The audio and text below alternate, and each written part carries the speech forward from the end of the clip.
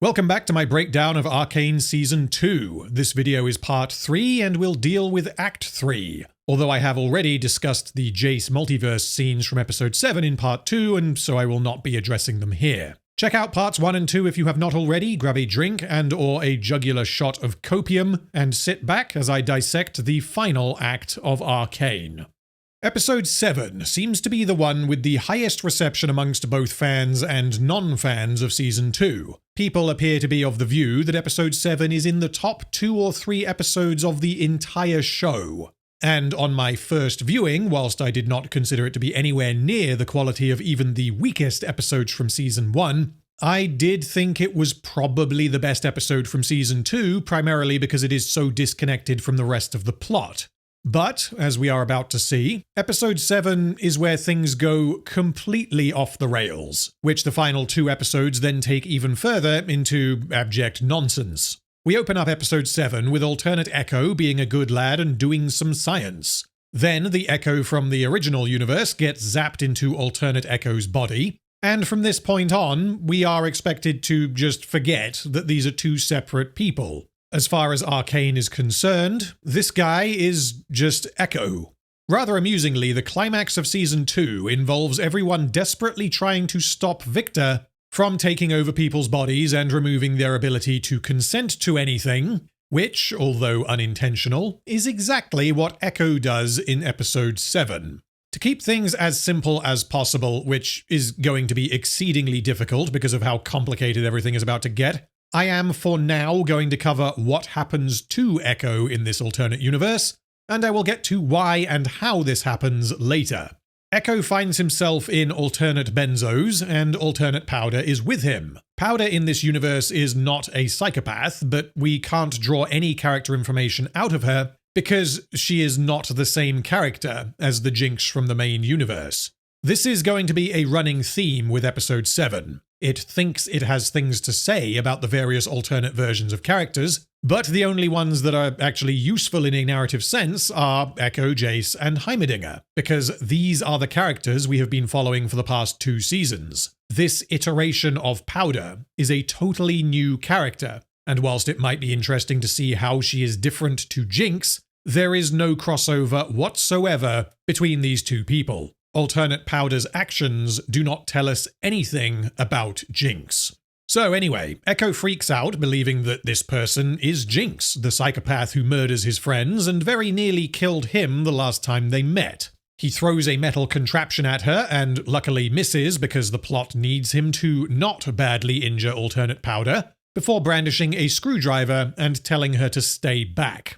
This is also going to become a running theme with Episode 7. Ekko is going to act in a highly confrontational, rude and aggressive manner because he is used to who these people are in his own universe. And for now, that's absolutely fine. Ekko does not yet understand what exactly has happened, and so it makes sense for him to attack Alternate Powder, believing her to be Jinx. The problem, which happens repeatedly, is that the denizens of this alternate universe do not notice, nor do they care, that Ekko is behaving as though he is having a serious mental breakdown and has suddenly forgotten who everyone is.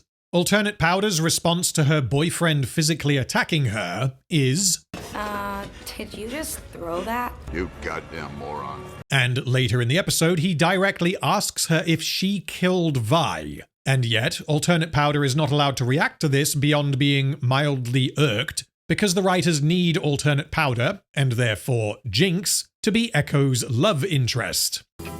What a twist!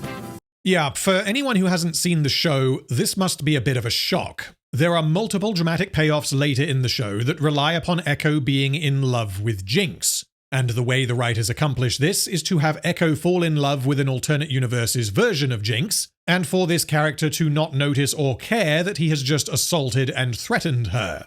Had Alternate Powder reacted appropriately and said, "Fuck off, you fucking nutbag, get away from me, I never want to see you again," then Ekko would remain stuck in this alternate universe forever. Which means that the plot of Arcane Season 2 is contingent upon Alternate Powder being retarded. Then the writers try to distract from this very strange interaction between Ekko and Alternate Powder by introducing Alternate Benzo. Ekko immediately hugs alternate Benzo without saying a word, which is good because obviously this is what he would do, and it is at this point that he presumably realizes that he is in a different universe, or perhaps believes that he is dreaming. This moment between Ekko and alternate Benzo is emotionally effective, but this is entirely due to what was accomplished in Season 1. Showing Ekko hugging his dead adoptive father is not exactly a groundbreaking or high-effort way to elicit an emotional response, but it is effective.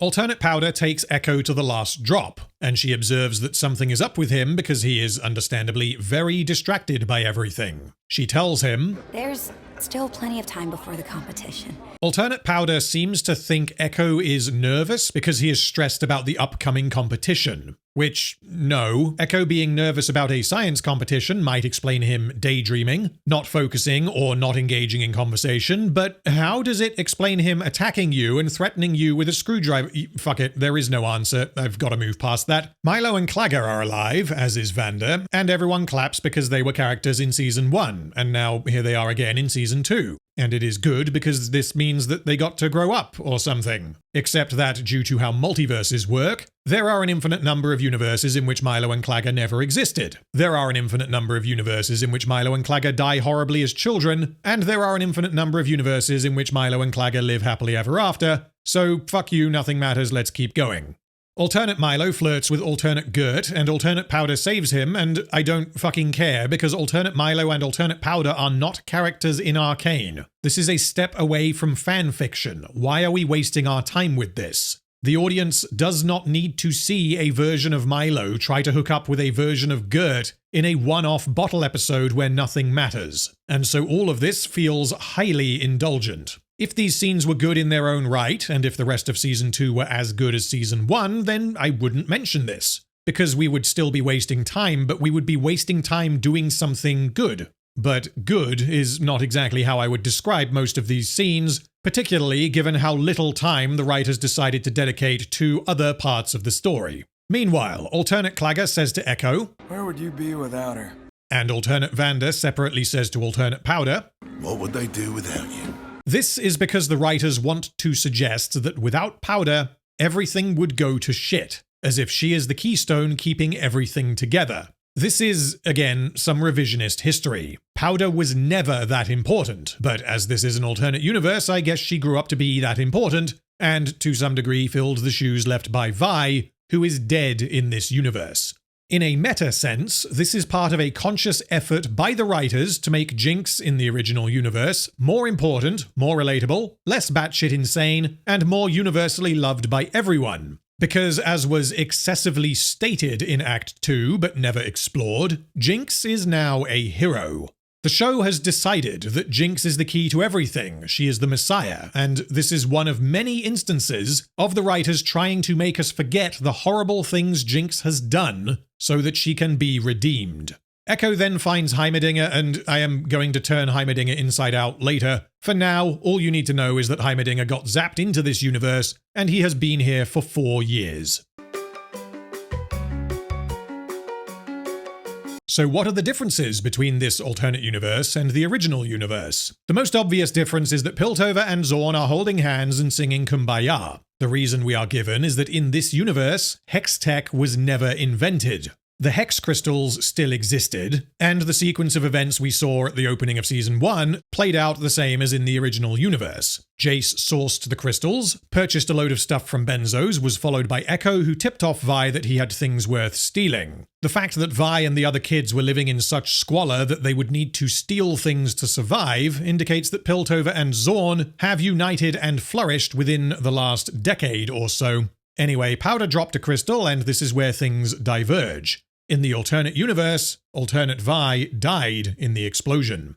Alternate Jayce is presumably put on trial in the same manner, and whilst it is possible that he would have been banished or prosecuted, alternate Vi's death was not actually his fault, because she was robbing him. If the trial goes the same way as in Season 1, alternate Jayce and alternate Viktor would still likely create Hex Tech. The only reason I can think of for why this would not happen is if alternate Jayce was indeed banished for doing these dangerous experiments, which is another variable unrelated to Vi's death. This explosion apparently did not cause any reprisal from Piltover, as one of the culprits dying in the heist would not change Piltover's view that this can never happen again.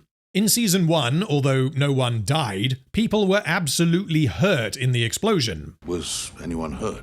A building was blown to bits. What do you think? And this still prompted Grayson's insistence that someone go down for the crime. As alternate Vi died, alternate Vander would of course turn himself in, except that actually no he didn't, anyway moving on. Also, entirely unrelated to these events, alternate Silco decided to forgive alternate Vander, which is absurd for reasons I already went into in part 2, but this is partly why I find multiversal stories just tiresome and fucking lazy. Because I can explain why there are no circumstances by which Silco would ever forgive Vander without totally undermining who his character was. But the nature of the multiverse means that there must be a universe in which Silco acted out of character and forgave Vander. And given that future Viktor can zap people into specific universes, this means he absolutely could have sent Ekko to the universe where Hextech didn't exist and Silco character assassinated himself, because that universe must necessarily exist as a part of the multiverse. In other words, all of this dimension hopping in Arcane Season 2 does make sense. It just requires that Viktor sent everyone to the bad writing universe. Now, regarding alternate Vi being dead, why did this happen? One explanation is that in this universe, Viktor never gave Jayce the gemstone, which means Jayce was not pursuing Hextech, which means he won't have knocked on the door, which means Vi wouldn't have tried to run away, and so potentially, Vi could have been fatally hit by the explosion. If this is the case, then I can't tell you why there were hex crystals in the lab in the first place, because we already know that in the Happy Fun Time Bad Writing universe, the chain of causation that led to the kids being there is identical to in the original universe. So, okay, that doesn't really make sense, but luckily, because anything is possible in the Happy Fun Time Bad Writing universe, we can just say that Powder dropped the crystal very slightly closer to Vi and she got exploded. In summary, we are expected to believe that Silco forgiving Vander and Vi dying are the only two variables that needed to be tweaked that would have led to peace and prosperity for all. What an overwhelmingly immature conclusion to the integral class struggle of Season 1. Anyway, the bridge that has been a key location for various acts of violence is now flourishing. Everyone is friendly, there is no conflict, and the suggestion is that because Hextech was never created, all historic grievances between Piltover and Zorn have been eliminated. Even though the initial reason for that conflict was Vander and Silco rebelling against their oppressors years before Hextech was ever a thing, which is why, in the Happy Fun Time Bad Writing universe, Silco also forgave Vander because that was necessary for everything to be happy and fun. After learning that Vi is dead in this universe, Ekko goes to the lab where the explosion happened and recovers the shattered remnants of the exploded hex crystal that are still embedded in the wall. What the fuck? The lab inexplicably appears to still be a crime scene. There are still notes on the fucking chalkboard. The lab is not being used either as a lab or as anything else, which means that for all of this to work, the explosion happened about 5 to 10 years earlier, and then the alternate Kiramans just kind of left the room there as it is so that Ekko could recover what he needed to get home. Neither alternate Jayce, the enforcers, nor anyone else recovered the shattered hex crystal, despite the extreme danger it could pose that had just been demonstrated by alternate Vi's death. Presumably, Jayce would also realize that there are a whole load of other hex crystals that are unaccounted for because Powder took them, but he just kind of didn't mention this to anyone. Ah, but you see, future Viktor knew about all of this, so he made sure to send Ekko to a universe in which Jayce, the Kiramans, the Council, and the Enforcers all inexplicably forgot about this room, and although this is absurd, it can be accounted for due to the nature of how multiverses work. Because we are, of course, in the bad writing universe. Also, these two are fucking now, which means, out of all of the infinite universes, Viktor decided to send Ekko to the one where Vander and Silco are gay. Although this alternate universe version of Vander and Silco being a couple is not explicit in the show, it is explicit in the official art book for Arcane Season 2. Which means alternate Vander and alternate Silco are gay lovers in the Arcane canon. And whilst there is nothing wrong with two men swapping gravy, it highlights a couple of things. Not only has Silco forgiven Vanda, but they have repaired their relationship to the point where they went from trying to kill each other to fucking each other. I know that this is alternate Silco and alternate Vanda, so this doesn't actually tell us anything about the original Silco and Vanda from Season 1, but the fact that neither Silco nor Vanda had any kids of their own can now potentially be answered by saying that they were star-crossed homosexual lovers who could never love again after their little falling out. The idea of them being friends after what happened is insane. The idea of them being lovers is even worse. Also, I am well aware that Silco and Vanda were not literally brothers, but they did refer to each other as brothers in Season 1, which would be a very strange choice of words if they were indeed lovers. That would be like me referring to my wife as my sister. It's just fucking weird. And given that basically everything about the Happy Fun Time Bad Writing universe is identical to the original universe, with a couple of very specific tweaks, it is therefore entirely possible that Vanda and Silco were also ex-lovers in Season 1. I really don't know why it isn't possible for two men to be close friends without them wanting to fuck each other, but this is yet another example of Season 2 leaning hard into appeasing the shippers, which is a phenomenon that I had never encountered until Arcane Season 2. This seems to come from a misunderstanding of how male friendships work, which is exacerbated by an apparent desire from certain areas of the fandom to see certain characters hook up and bang each other. The show, at times, seems to have been made by and for people who do not understand the concept of friendship and think everyone needs to be fucking. This view of media is so alien to me that I find it hard to even comprehend, because it just flies in the face of character writing and storytelling. And if I were to just assert out of nowhere that in Season 1 Marcus and Savika were fucking, wouldn't that be nice? Then I would and should be viewed as some kind of pervert, because who Marcus and Savika are having sex with is not a part of their respective stories.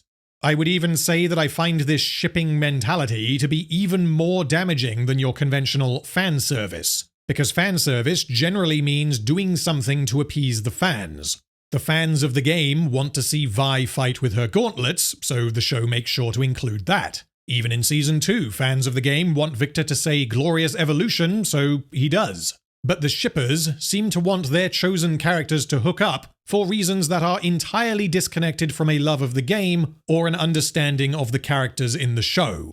After spending a little while looking into this phenomenon, I found that there are people out there who wanted Silco to get with Ambessa, Mel to get with Steb, Jayce to get with Vi, and the reasoning, as far as I can tell, does not have anything to do with an understanding of the story or the characters within it. It has everything to do with these people just inventing fanfiction because they like to fetishize fictional characters.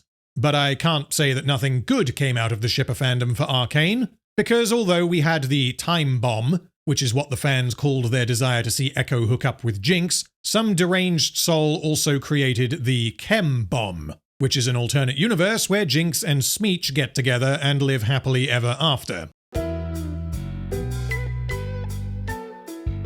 Now we need to address the donger in the room. Heimerdinger has been assassinated to a degree that I have never seen before. He no longer cares about anything that he cared about previously, and he is content with staying in this alternate universe. And it is notably lucky as fuck that he didn't try to return to the original universe, because if it were possible to create a multiverse-traversing machine in a couple of hours, then Heimerdinger would not still be here, which means Ekko would be trapped here on his own. Heimerdinger tells Ekko that he should give it time to settle, and that this place will grow on him. Ekko responds that he can't stay because people back home need him, and Heimerdinger replies, "No, it's okay, Ekko. Just pretend that your original universe doesn't exist anymore. That's what I've been doing for half a decade, and look how blissfully happy I am. Ah, the sweet smell of not giving a fuck." So why exactly can't they leave? Heimerdinger explains that Hextech was never invented in the Happy Fun Time Bad Writing universe, and without Hextech they can't get back to their original universe because the anomaly does not exist, because the Hex Gates were never constructed. Is this accurate? Well, Heimerdinger has been here for 4 years, he has Heimerdinger levels of intelligence, and so this should be true. Which means when it is revealed that they can absolutely science their way back to their own universe by accidentally creating a time machine during a music video, we can conclude that Heimerdinger is a special brand of cretin. The simple fact is that if Heimerdinger actually wanted to go home, then he would not still be here. Ekko recovering the shards of Hex Crystal is absolutely something that Heimerdinger could have done himself. And additionally, Heimerdinger would have sought out alternate Viktor, which means that Heimerdinger could have done exactly what he ends up doing later, years earlier. Also, minor point, but for clarity, as of this episode, everyone is going to start referring to the Wild Rune as the Anomaly. I don't know why, and can only assume it is intended to confuse the audience, and distract them from the fact that none of this makes any sense. Also, did Heimerdinger conceal his identity from the denizens of the Happy Fun Time Bad Writing universe? Obviously, no, this is not something Heimerdinger would ever do, except fuck you, this is never addressed, which means Heimerdinger has replaced this universe's Heimerdinger, and has been living his life for the past 4 years without anyone realizing that the Heimerdinger they knew no longer exists. During a montage of Ekko and Jayce exploring their respective universes, we get a Heimerdinger song because Heimerdinger is now a street musician, and the lyrics solidify the meticulous destruction of this character. Go spin the wheel and see where it lands. Join in the circus, stay for a dance. Who was the one person who pitched singing Heimerdinger? That was me. Oh, was it? Yeah, I remember that when I pitched that and people were like, what? And Heimerdinger is really learning something, right? Like his arc, I think, is really fascinating. Is that in the beginning of his life in Arcane, he really just thinks about like, well, it needs, the red tape needs to kind of still exist, and like we need to be careful, and things should always have some kind of utility. But he never thinks about like what it's like to just live and to do things for fun and to just like, and he's a bit blind to that. And I think what he discovers, when he gets going with Ekko and gets to know him better and sees more of Zahn, is that he really discovers that side of things and what science can do, what invention can do. Heimerdinger just wants to have fun. He does not have, nor does he want, responsibilities. He has found himself in an alternate universe that is quite a lot nicer than his own, and so, yeah, why not stay for a dance? Right when the war quiets down, you strike up the band. Keep marching on, my friends, and do what you can. But the war has not quieted down. Heimerdinger has just been zapped away from the war that is very much still happening, and so he has decided to become a musician and sing happy songs about how nothing matters. Hextech is still going to destroy his home and everyone he has ever met. But because Heimerdinger has gone on a dimension-hopping holiday, the fate of his home and everyone he knows is not something he cares about anymore. This would be at least somewhat acceptable if it were absolutely impossible, with no bullshit exceptions, for Heimerdinger to return to his home. If this was simply unachievable, then had the writers done a little more work, I could have accepted that the Heimerdinger from Season 1 could decide to make the most of his new life and not torture himself by worrying about things outside of his control. But the prospect of returning to his own universe is entirely within the realms of possibility, which means Heimerdinger decided that it was impossible because the Happy Fun Time Bad Writing universe is both happy and fun, and so he did not attempt to go home because he did not want to. Wait till your brothers and your sisters see where you've been, and if you loved the journey more than the end, go ahead, just turn that hourglass around and count to 10. This ain't goodbye no more, it just began. Heimerdinger's brothers and sisters will not see where he has been because he has decided to abandon them while he has happy fun times in the Happy Fun Time Bad Writing universe. But this is of course a reference to Ekko doing time travel bullshit, which is indeed a thing from League of Legends, so character be damned, please clap. Go and make some mistakes, you live and you learn, and where the chips fall is not your concern. Like the wind gonna breeze, the fires will burn, just let the gears grind, my friend, let them turn. John Heimerdinger, 2024. I've got nothing. This character has gone from a wise, nuanced, and understandable scientist who was tragically unable to prevent the misuse of Hextech despite his intentions, to a fucking reprobate singing a song about how nothing matters and you shouldn't care. Ekko then comes up with a plan to return to the original universe, and that plan begins with him asking Alternate Powder to take a nice steamy exposition dump all over him, because he of course has no idea what Alternate Ekko was doing before he stole his body, And Alternate Powder says, as you know, you had a dream about an energy storage device, so you came to me for help. This energy storage device is something that they were working on for the upcoming Innovators competition, and this project is going to culminate in the creation of the Z-Drive, although the Z-Drive is never referred to by name in Arcane. As the Z-Drive is pivotal in defeating Viktor in episode 9, we have to consider whether the dream Alternate Ekko had about an energy storage device was zapped into his head by future Viktor. If future Viktor is capable of doing such a thing, then there are countless other things that he could have done that would have prevented the apocalypse. And so my best guess is that Alternate Ekko just happened to have a dream about the very thing that would save the world in an alternate universe. Which means future Viktor understood all of these variables, and because there are infinite universes, he deliberately sent Ekko to the universe where his alternate self had a dream about the thing that would save the world. It makes sense. Don't be a bitch. Ekko presents his idea to Heimerdinger, who says that he does not believe it can be done. Tampering with the Arcane never ends well, lad. The risk is far too great. I mean, yes, this was Heimerdinger's whole thing in Season 1, but the idea that he is unwilling to try is ridiculous, because he knows that his original universe, where he lived for 300 years, is in deep shit. Unless we are expected to believe that he never learned of Jinx's attack or of Viktor's evolution, which would be just as absurd. The show picks and chooses when it is going to have Heimerdinger behave in character. We know that he does not like hex tech because he believes tampering with the arcane is incredibly risky and quite possibly inherently evil and destructive, which could have been used to inform him not trying to return to his own universe if it were ever, addressed. But then Ekko says, "Oh, please," and Heimerdinger says, "Oh, you need my help? Okay, sure, I'll help." This means Heimerdinger has no conviction and no set values. He just does whatever the writers want him to do, and none of this can be drawn from his characterization or his past experiences. We have accelerated so far past where these characters were the last time we saw them. What about the goo on the tree? Well, that doesn't matter because now they are in an existential battle for the fate of the universe. Heimerdinger seems to be saying, "Oh, go on then, I'll help you, Ekko, because you really do appear to need my help," even though in Season 1, Heimerdinger refused to help Jayce and Viktor because of his objection to the Hex Core. Apparently, all Jayce and Viktor needed to do is say, "Oh, come on, please," and Heimerdinger would have said, "How could I forsake a brilliant lad in need?" Ekko then invents time travel during a music video. Yes, I know this is obscene, but Arcane is no longer the show it was. Sorry, this kind of thing is now normal. Ekko apparently read all about hex tech in the original universe, and I guess memorized all of it because Jayce's notes do not exist in this universe, because hex tech does not exist, which means Ekko recalled information that he read off-screen that was apparently published off-screen so that he could invent a time machine during a fucking music video. That is, of course, unless this is reliant upon Ekko copying down Jayce's notes from the chalkboard in the crime scene that hasn't been touched in nearly a decade, which would be just exactly the kind of incredible and nonsensical luck that I have come to expect from Arcane Season 2. And this would mean that Jayce and Viktor decided not to make hex tech because a kid died, but also didn't wipe their notes off the chalkboard to make sure no one else uses their explosive potential for evil.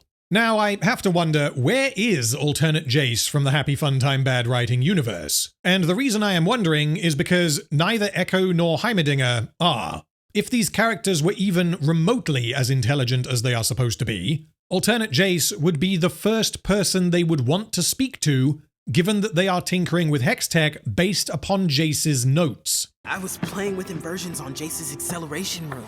But alternate Jayce is simply never mentioned. I don't know if he is alive, in prison, banished, I've got nothing. All we know is that Ekko and Heimerdinger do not even consider going to speak with alternate Jayce because damn it man, we've got a music video to do. We are unable to have conversations, and we are unable to spend any amount of time on this, even though a very similar thing was achieved in Season 1 through dialogue. Dialogue, of course, being a very useful tool in developing both the characters and the world. Not only did they make a time machine during a music video, but they appear to have accidentally made a time machine during a music video. You're going back in time. How did you stumble upon that? Because through a montage of doing vaguely sciencey stuff, they realize they have made a thingy, and then they're like, "Oh cool, what does the thingy do?" And then Ekko pulls a thingy on the thingy and works out that this is a time machine. What is happening? This is not how science works. You don't accidentally invent something like this. And if by some cosmic miracle you do accidentally invent a time machine, you don't just pull the fucking chain to see what happens. Through trial and error, Ekko realizes that the time machine has a 4-second limit. The operator can go back in time by 4 seconds. He decides to push the machine to discover the limit, and Heimerdinger disintegrates for some reason, which means the technology Ekko is playing with has the ability to obliterate Heimerdinger, and neither of them are worried. The reason we get this visual with Heimerdinger is presumably because the animators didn't want to explode alternate powder because she is a sympathetic character who is crucial in informing Ekko's own character journey throughout Season 2, whereas Heimerdinger is a fucking loser idiot goofball who should just fucking die. What I assume they are trying to communicate here is that when you go back past 4 seconds, reality itself becomes unstable and weird shit starts happening. Atoms tear apart and the universe destabilizes. But that isn't what the visuals tell us. Nothing happens to Ekko or alternate powder. Nothing happens to the machine. Nothing happens to their surroundings. The visuals communicate that if Ekko goes back further than 4 seconds, Heimerdinger will explode for some reason. So as part of working out the limits, Ekko goes back 5 seconds and Heimerdinger explodes, and then he undoes this somehow and Heimerdinger goes back to normal. Which means if you go back further than 4 seconds, Heimerdinger will explode, but then don't worry because you can just unexplode him at your convenience. By all accounts, it doesn't make sense. The purpose of this is to establish that you cannot go back further than 4 seconds, but the way that they communicate this is by having Ekko go back further than 4 seconds. Ekko was going back like a second or two, and then that became his new reality. He had personally moved back a second or two, and then time continued forwards in a linear fashion. When he goes back 5 seconds, this causes Heimerdinger to explode at the moment when he activates the machine, but then Ekko apparently undoes this by going forwards to when he went back. To understand this, just try and look at it from Heimerdinger's perspective, as he is not traveling through time. He will have just exploded and then remained exploded. Okay, cool, so that doesn't make any sense, but fuck it, it's a thing from the game, except that isn't even how it works in the game. Heimerdinger then asks how Ekko knows that he can't push it past 4 seconds, and Ekko replies, Trust me, it's 4 seconds. Heimerdinger is, or at least was, a scientist, and yet he doesn't seem to care to ask for any kind of explanation, because if he had, Ekko would have needed to explain to him that they just accidentally created a time machine that will specifically explode Heimerdinger if pushed too far. Anyway, alternate powder then takes Ekko to the Innovators competition party, whilst Heimerdinger stays in the lab, saying he may know how to give the machine a boost. Inside the last drop, we get another scene with Ekko and alternate Benzo. Ekko says Benzo means the world to him and they hug, and the reason for this is that if all goes to plan, he won't ever see Benzo again. This is good, as are all of Ekko's scenes with Benzo, but they are exactly what would happen given their relationship in Season 1, and nothing more. Also, Silco is here, and yeah, I've mentioned this before, but this is completely fucked. What we are expected to believe is that alternate Silco and alternate Vander fought together against Piltover in their revolution. Then they had their disagreement, which ended with alternate Vander attempting to drown alternate Silco, and alternate Silco escaping after stabbing alternate Vander, which is exactly what happened in the original universe. Where things diverge is that alternate Silco then presumably read the letter that alternate Vander had left him and decided, oh okay, cool, I accept your apology, let's be friends and or lovers again. Alternate Silco then lived happily ever after as alternate Vander's friend and or lover. He knew alternate Ekko and the other kids very well and was enthusiastic about seeing them succeed.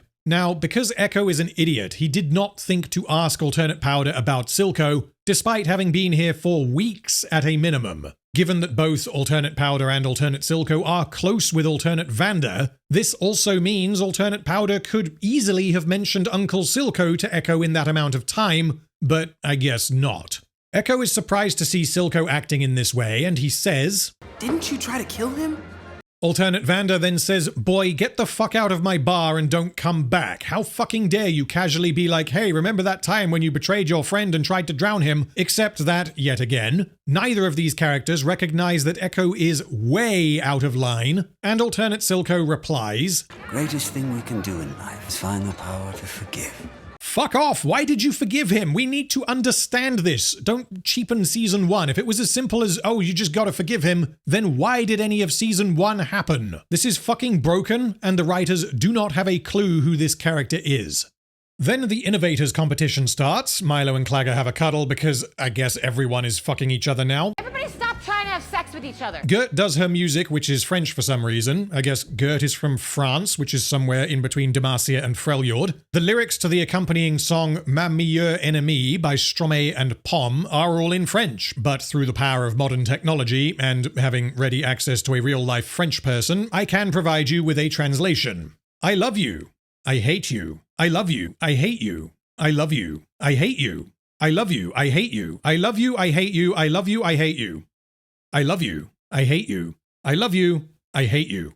Now, the power of critical analysis vested in me is telling me that these lyrics relate to Ekko's tumultuous relationship with Jinx, because in his own universe, he hates her because she is a violent maniac who murdered a load of his friends and tried to murder him. But in the Happy Fun Time Bad Writing universe, Alternate Powder is lovely. She ignores all of the red flags, such as him brandishing a screwdriver and threatening her, and because she is hot and because she was already in a relationship with the person whose body Ekko has commandeered, he has decided that he loves her.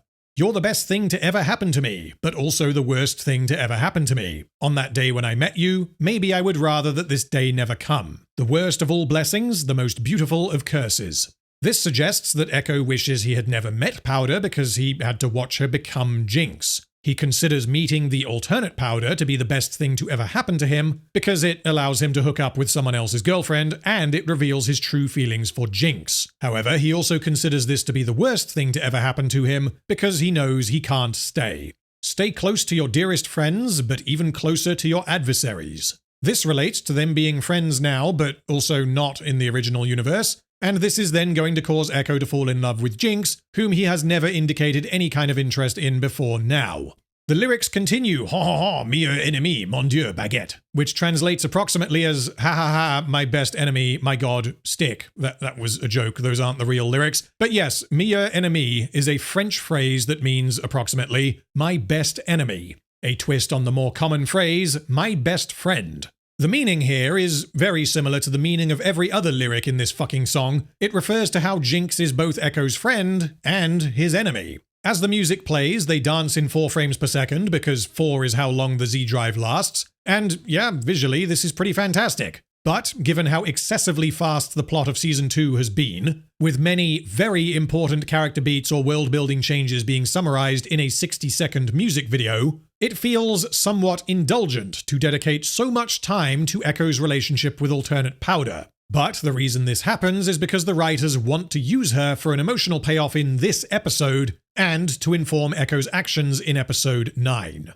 Then they sit on the roof and have a chat. Ekko says that he gave up on the Undercity, which you just made that up. Ekko has spent his life trying desperately to help the people in the Undercity and protect them from Silco and Jinx, and there is not a single reference in the entire show to support the idea that Ekko gave up on the Undercity. He also says that he gave up on Jinx, which is true, but is entirely justified. Ekko did not have anything like the relationship with Jinx that Vi had. Prior to this episode, all we know about Ekko and Powder's relationship was that they used to play games together as kids. Then she fell in with the guy who murdered Benzo and started killing all of Ekko's friends, so obviously he concluded that, oh yeah, that girl I used to know turned into a fucking nutbag. But because Season 2 is desperate for Jinx to get her redemption arc, it has invented this alternate version of Powder, where she is just the sweetest gal who just so happened to be in a relationship with Ekko's alternate self, so that he can fall for her and save the world in his own universe. Alternate Powder tells him that she has never seen him give up on anything, which is intended to motivate him to save the original version of Jinx, whom he is suddenly in love with. You ever wish you could just stay in one moment?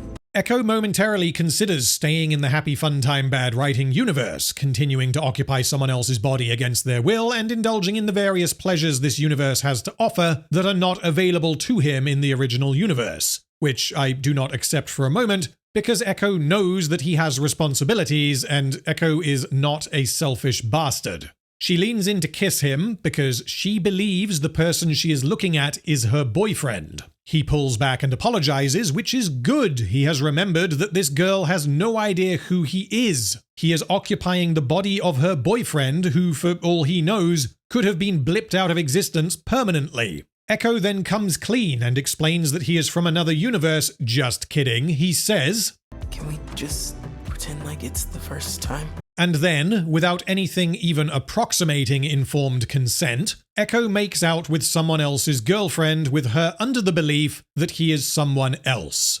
Alrighty then. Now, this is by no means as bad as the scene where Wonder Woman rapes someone, but this is at the very least in the same ballpark. And if these characters were perhaps slightly older, and if Ekko had more time, then these two would absolutely have been getting it on.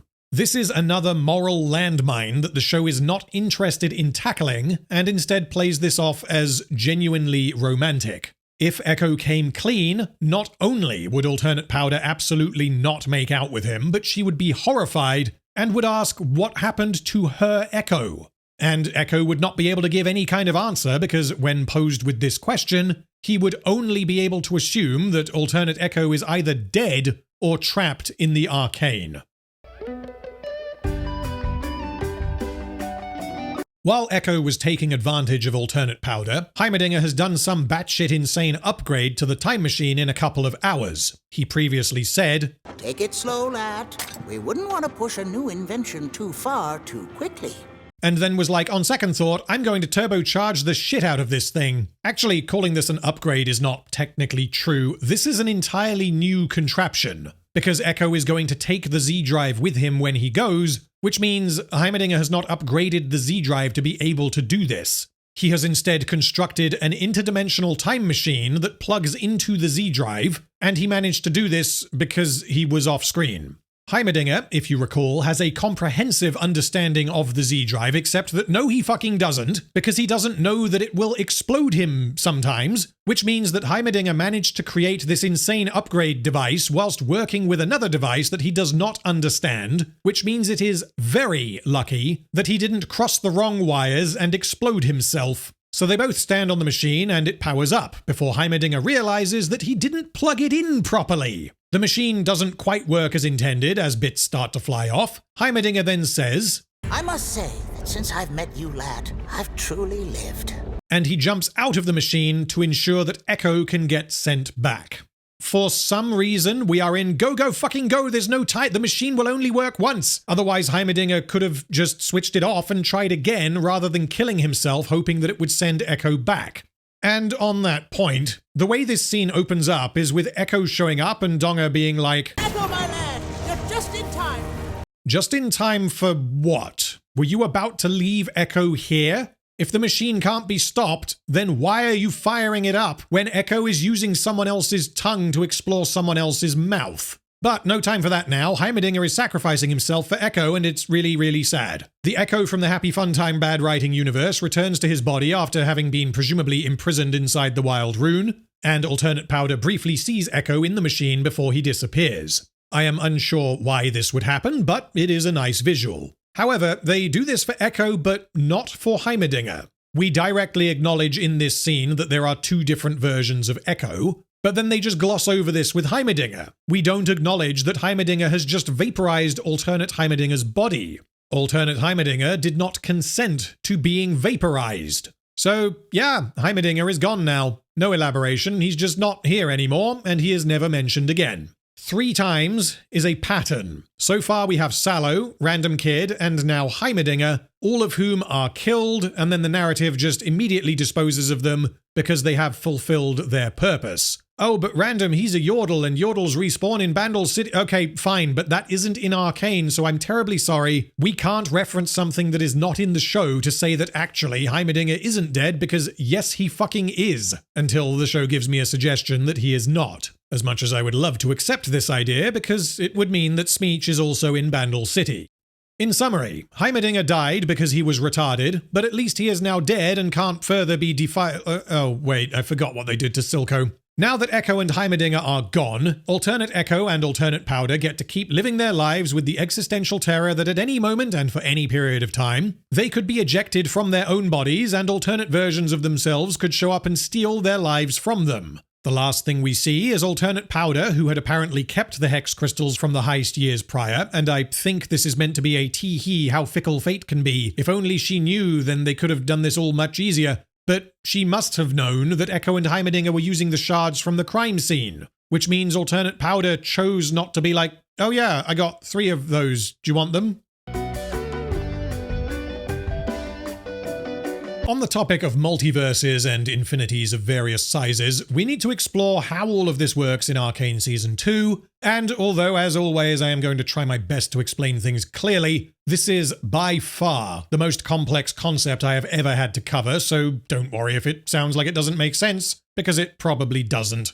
There are 2 possibilities with regard to the universe-hopping adventure in Arcane Season 2. My understanding is that future Viktor either found the wild rune under the Hex Gates or placed it there himself, and he used it to specifically transport Jayce to an alternate universe in which Hex Tech caused the apocalypse. The reason I believe this is what happened is because future Viktor is capable of traveling through time and into alternate universes, and he is also able to do the same to other people. Therefore, I believe future Viktor deliberately manipulated events so that everything would line up as it needed to for the goodies to win at the end of Season 2. He sent Jayce to the Apocalypse universe so that Jayce would be motivated to stop Viktor, and he sent Ekko and Heimerdinger to the Happy Fun Time Bad Writing universe so that they would create the Z-Drive that he knew would be necessary to defeat Viktor. However, I don't have an explanation for why Viktor sent Heimerdinger and Ekko to the same universe 4 years apart. It is possible that I am mistaken here and that future Viktor did not orchestrate everything to play out exactly as it needed to, but if these events were not manipulated, then what happens to Jayce and Ekko in Season 2 is as contrived as is possible to comprehend.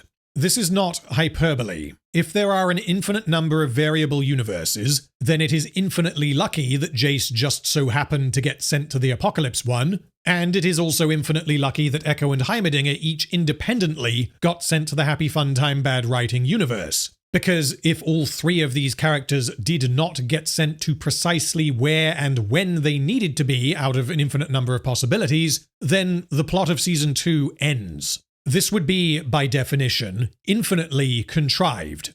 And this also happens to be a rather good demonstration of how some infinities are larger than others. So, where does that leave us? Well, we know that future Viktor is capable of sending Jayce, Ekko, and Heimerdinger to specific times in specific universes, and we know that he has the motivation to do what is necessary to prevent the apocalypse in the original universe. So, I am happy to conclude that he is responsible for the various multiversal adventures that appear in Season 2, because this is, of course, less damaging than saying it was lucky or something. So, how does being zapped into an alternate universe actually work? When Ekko got zapped into the Happy Fun Time Bad Writing universe, that universe's Ekko ceases to exist, while original Ekko pilots his body until the end of the episode. This is not elaborated on, which means that's just how it works.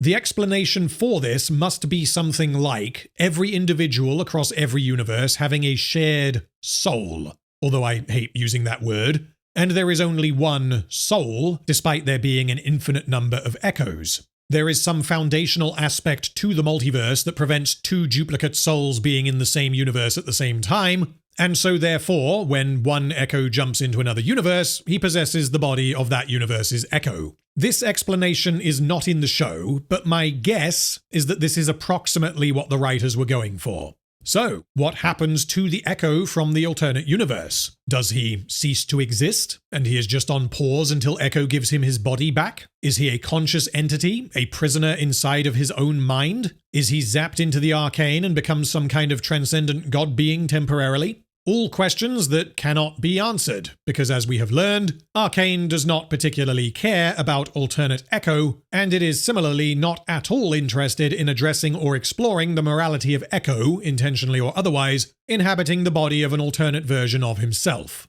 Also, where is the original Ekko's body? It isn't in the original universe, which means that for some reason, it appears that original Ekko's body is gone for a bit, as is alternate Ekko's consciousness. And the reason it works like this is because of the various dramatic payoffs the writers wanted to hit, which require that there are not multiple versions of Ekko running around. It would have been morally uncomplicated to have two Ekkos working together to get Ekko back to the correct universe, but instead the writers decided to have him possess the body of his alternate self so that he can get intimate with his alternate self's girlfriend. Okay, cool. So why is this not what happened to Jayce when Jayce went to the Apocalypse universe? The only explanation here can be that alternate Jayce was already dead in the Apocalypse universe, which means Jayce can just arrive and pilot his own body like a normal person, even though this could just as likely prevent him from even entering this alternate universe, as there is no available Jayce in that universe.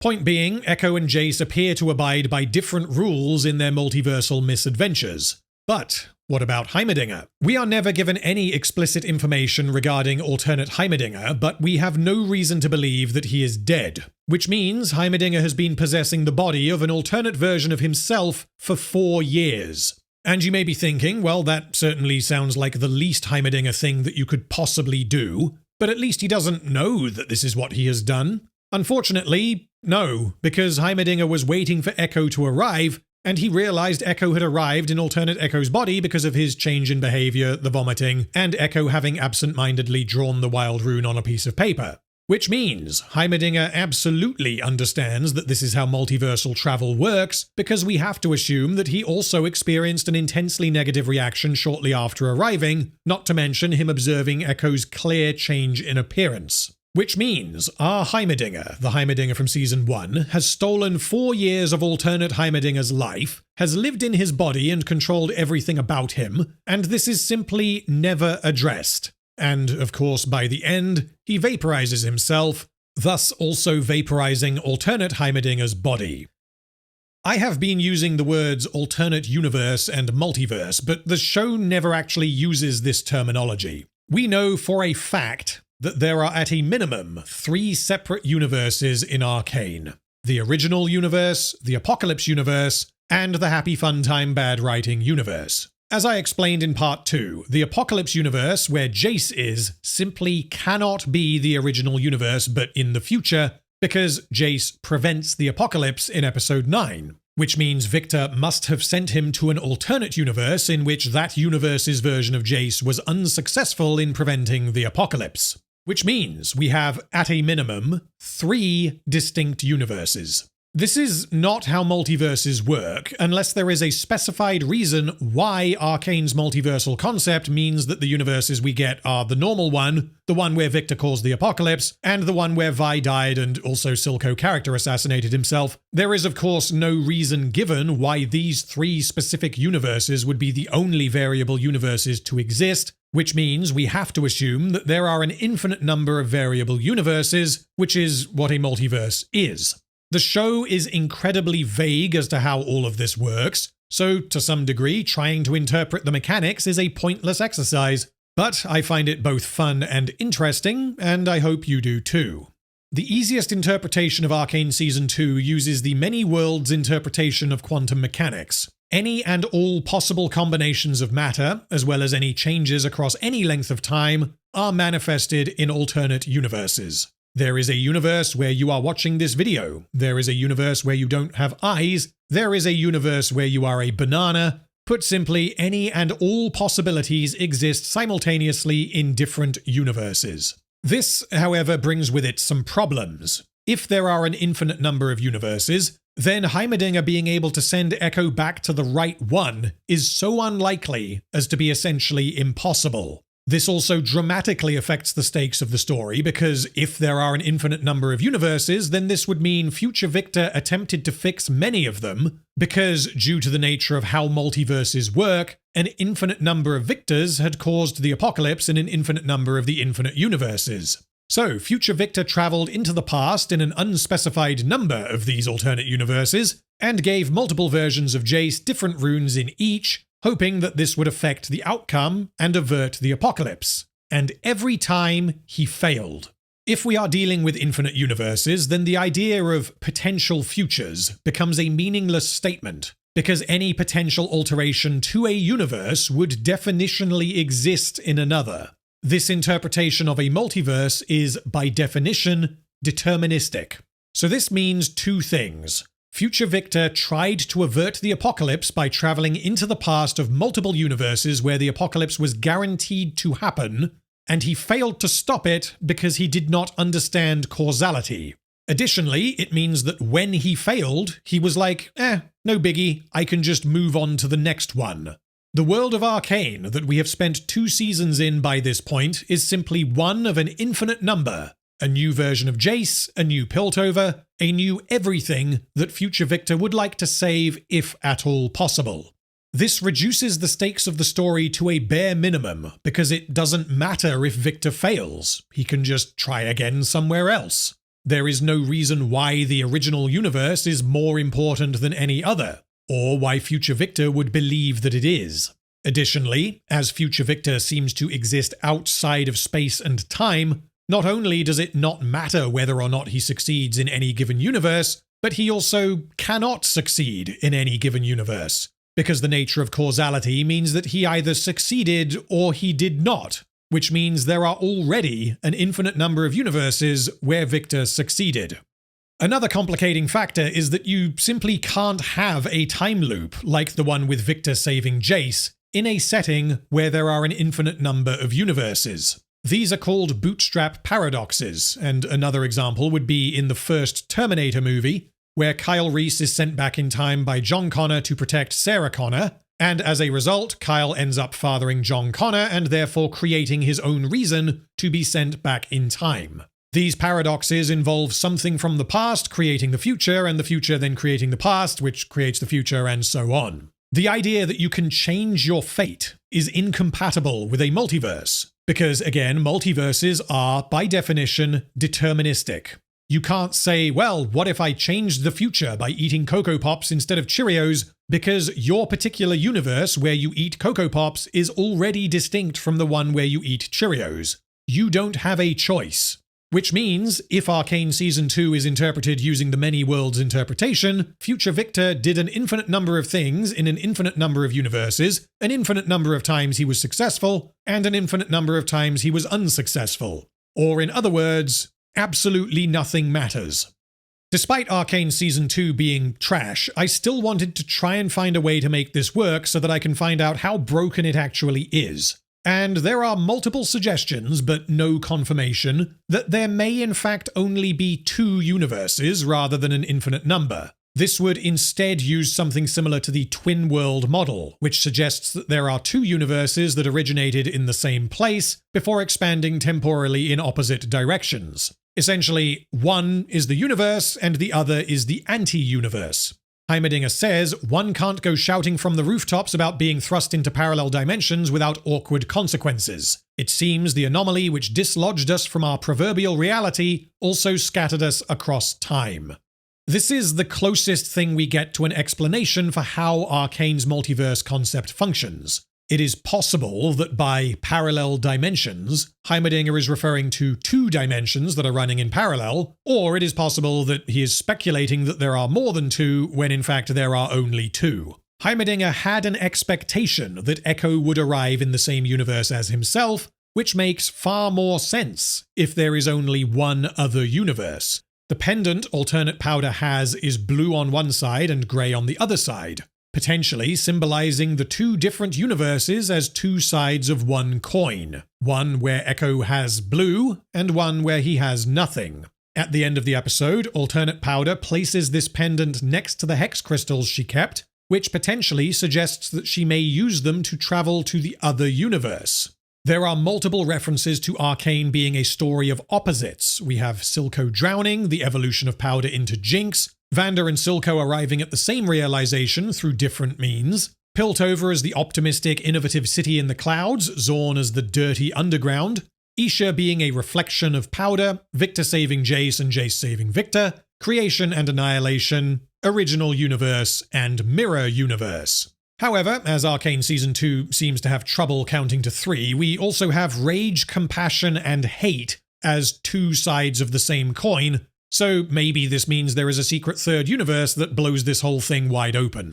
Anyway, there is also a neat detail when Heimerdinger activates the machine and the Wild Rune appears. As the bits of Wild Rune cover Ekko and Heimerdinger, we can see their original selves from the original universe. This potentially indicates that they are looking through the wormhole that connects these two universes. Additionally, this is potentially supported by this visual here, which appears during the science montage where they make a time machine. This drawing, as well as the visual design of the Z-Drive itself, appears to indicate that there are two separate universes that are tied together in an infinite loop, connected by the anomaly or perhaps by the Arcane as a whole. This also helps to explain how Heimerdinger could possibly create a machine that would send them back, because he only has to tell it that he wants to go to the other universe rather than one specific universe out of an infinite number of possibilities.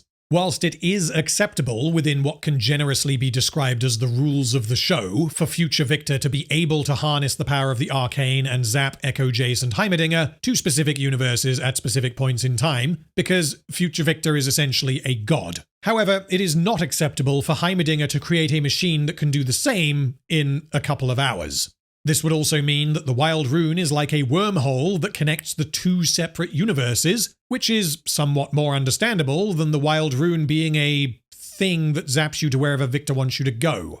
This would instead mean that when Jayce touched the Wild Rune, the wormhole opened and it zapped him, Ekko, and Heimerdinger into the other universe. When Ekko arrives back in the original universe in episode 9, there are simply no means by which he could possibly confirm if he is back in the right universe. The only way this could make any sense is if there are only two, which means Ekko doesn't have to confirm it. Although that said, if there are multiple universes, I do find the idea of him approaching a random Zornite to confirm that this is his universe, only for them to reply, "Hey Ekko, Ambessa has teamed up with Viktor, who is now a robot zombie wizard, and they want to take over Piltover. Savika and the Firelights are all good now, and everyone formed a cult of Jinx because she attacked Piltover again," because then Ekko would have to conclude, "Oh, well that sounds nothing like the place I left. I must be in the wrong universe again." In episode 9, Viktor says, "In all timelines, in all possibilities," and the visuals show him handing different runes to Jayce as a child. That Viktor says, "in all timelines," would suggest that there are many universes. But the use of the word timeline is distinct from Heimerdinger's description of parallel universes. This can be interpreted as future Viktor traveling to multiple slightly different universes, saving multiple slightly different versions of Jayce, and giving them slightly different runes to see if this affects the outcome. Alternatively, as we learn, future Viktor is already a part of a recursive time loop in the original universe. Because he saves Jayce, him saving Jayce leads to the creation of Hextech, him zapping Jayce into the Apocalypse universe leads to Jayce killing him, which then leads to him evolving and trying to bring about the Apocalypse. So, when Viktor says "in all timelines," he could be referring to multiple timelines within the original universe. As in, every time he goes back and saves Jayce, he tries a different rune on the same Jayce with the goal of breaking out of the time loop.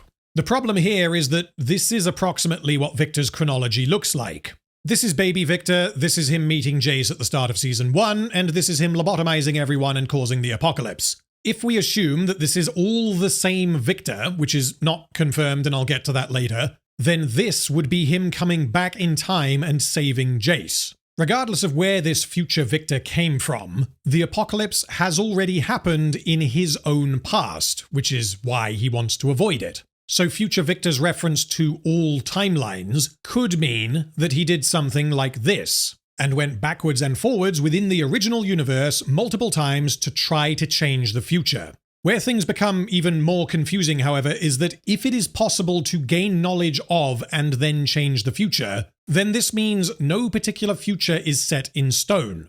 There is no such thing as inevitable causality. This would mean that the Apocalypse universe could, in fact, be a potential future of the original universe, but future Viktor's actions prevented this from ever occurring, even though it did occur because he and Jayce went there after it happened. And frankly, this is where everything breaks down and it becomes impossible to comprehend, because we are at this point dealing with either two or an infinite number of alternate universes, recursive time loops, and multiple possible futures. There is not enough information in the show to dissect this any further in any kind of concrete manner, and the multiverse concept used in Arcane Season 2 does not make any sense, regardless of which multiverse concept we apply to it. But for the sake of the mental exercise, and because at this point I think this all makes a lot more sense, is more coherent and has clearer stakes if there are only two universes, let's look at the implications of this. If there are only two universes, then this has horrifying ramifications that were absolutely not considered by the writers, nor are they even implied by the show. If we try to rationalize these parallel dimensions, as the show describes them, using the twin-world multiverse model, then this would mean there are two universes. One is the normal universe, and the other is the anti-universe.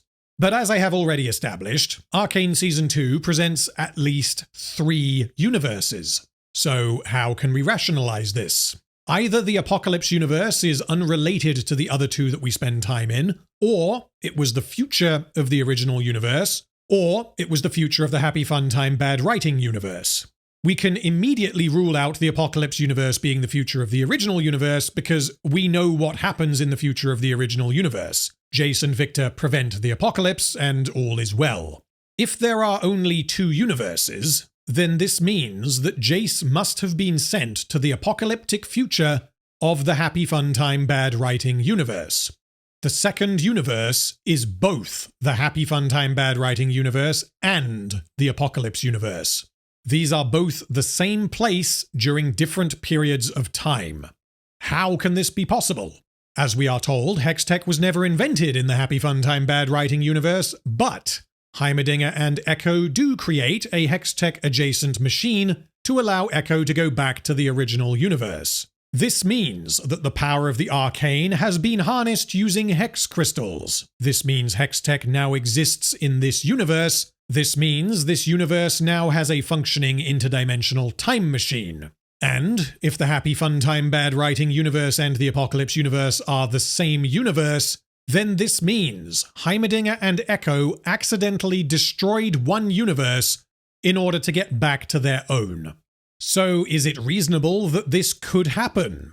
Unfortunately for the writers, yes, it is absolutely reasonable. Alternate Powder is repeatedly told by Alternate Vander as well as Ekko to live up to her potential.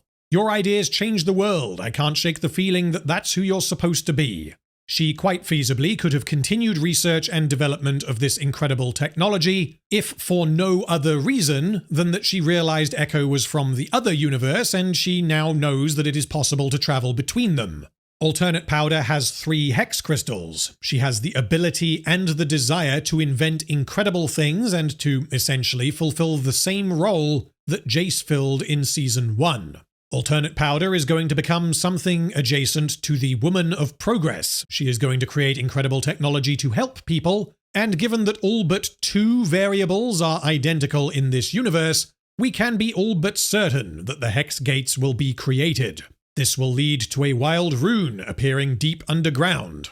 And importantly, the apocalyptic future does not require that Jinx nuke Viktor, that Viktor absorb the Hex Core, and that this then drive him towards his inevitable glorious evolution. It only requires that someone do something similar. A Hex Core may or may not be necessary. All we know for certain is that Hextech is necessary, and thanks to Ekko and Heimerdinger, Alternate Powder now has access to Hextech.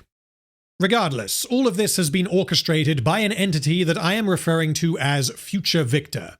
I don't know where Future Viktor came from, but there are a couple of possibilities.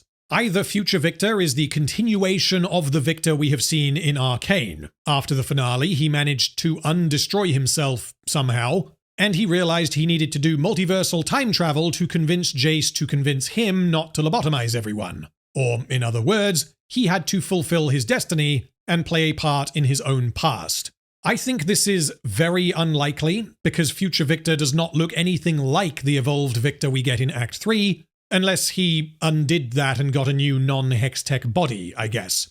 And this would mean Future Viktor has the explicit knowledge of everything Viktor does in Season 2, but couldn't come up with a better way to stop him than asking Jayce to stop him in an unspecified manner. Alternatively, if there are only 2 universes, Future Viktor must be the future version of that universe's Viktor. He failed to stop the apocalypse in the Happy Fun Time Bad Writing universe, and so he decided to try and save the original universe. He attempted multiple times to prevent the apocalypse by looping back around and giving Jayce different runes. And this would be conceptually possible by getting around the whole determinism thing, provided there are only 2 universes. Alternatively, if there are an infinite number of universes, then there are an infinite number of Viktors, which means I can't meaningfully determine who this guy is or where he came from. Now we get to see what actually happened following the big dramatic cliffhanger of episode 6. We open up with Ambessa burying Rictus, which is a moment that I appreciate as they could easily have just skipped right past this. I'm not entirely sure why the Noxians bury their dead vertically, as this would be more effort than doing it horizontally, but it shows both that the Noxians honor their dead and that they allow their fallen to remain standing even in defeat. Ambessa then asks if Singed has managed to save Viktor, and Singed replies that the Warwick goo should sustain him for now. Singed says that he regrets that he was unable to save Rictus, despite the fact that he was able to save Viktor. Okay, sure, he is more motivated to save Viktor than Rictus, but he also seems partial to making giant rage monsters, so, Rictus could have become Warwick 2.0. As for how Viktor survived Jayce's attack, I don't know. This can only be chalked down to sci-fi mumbo-jumbo, and he's now fine because of the goo. My precious goo! Singed has also apparently constructed a Viktor egg so that he can pump it full of the Warwick goo, and he has done this in the time it took for the Noxians to bury their dead. Singed's objective here is to ensure that Viktor's mutation survives, presumably so that he can resurrect his daughter. We see him use the same syringe that he used on his daughter's stasis pod to extract some Viktor goo, presumably so that he can feed this goo to his daughter at a later time. And basically at this point, Singed's whole deal is moving goo from one person to another, and the goo will do whatever it needs to for the plot to happen. The only reason why Singed is even able to interface in this way with a transdimensional arcane being is because Viktor took some shimmer in Season 1, which means there is at least an amount of shimmer within Viktor. That is all the wiggle room the writers have here, and although they are wiggling as best they can, this still feels very much like bullshit, and we have just got to accept that this is how it works. Singed plugs a thing into a thing, and it does a thing. Okay, fine, moving on. Ambessa tells Singed that they should not lament Rictus's death, but they should avenge it. What exactly Ambessa plans to avenge is unknown, because Rictus was killed by Warwick. But as will become unclear, Ambessa's motivation is about to become a tangled web of contradictions so nonsensical that it makes Savika look like a fully fledged character. So Ambessa is not particularly happy with losing Rictus and potentially losing Viktor, and she says, "You promised a cure to death." Clearly referencing an off-screen conversation, because the conversation these two actually had in episode 5 was that Singed wanted to cure his daughter's death, which is something very different to promising Ambessa that he will give her a cure to death. An outcome dependent on Viktor's survival. Singed then replies that he will be able to cure death as long as Viktor doesn't die, which is somewhere in between nonsensical and stating the fucking obvious.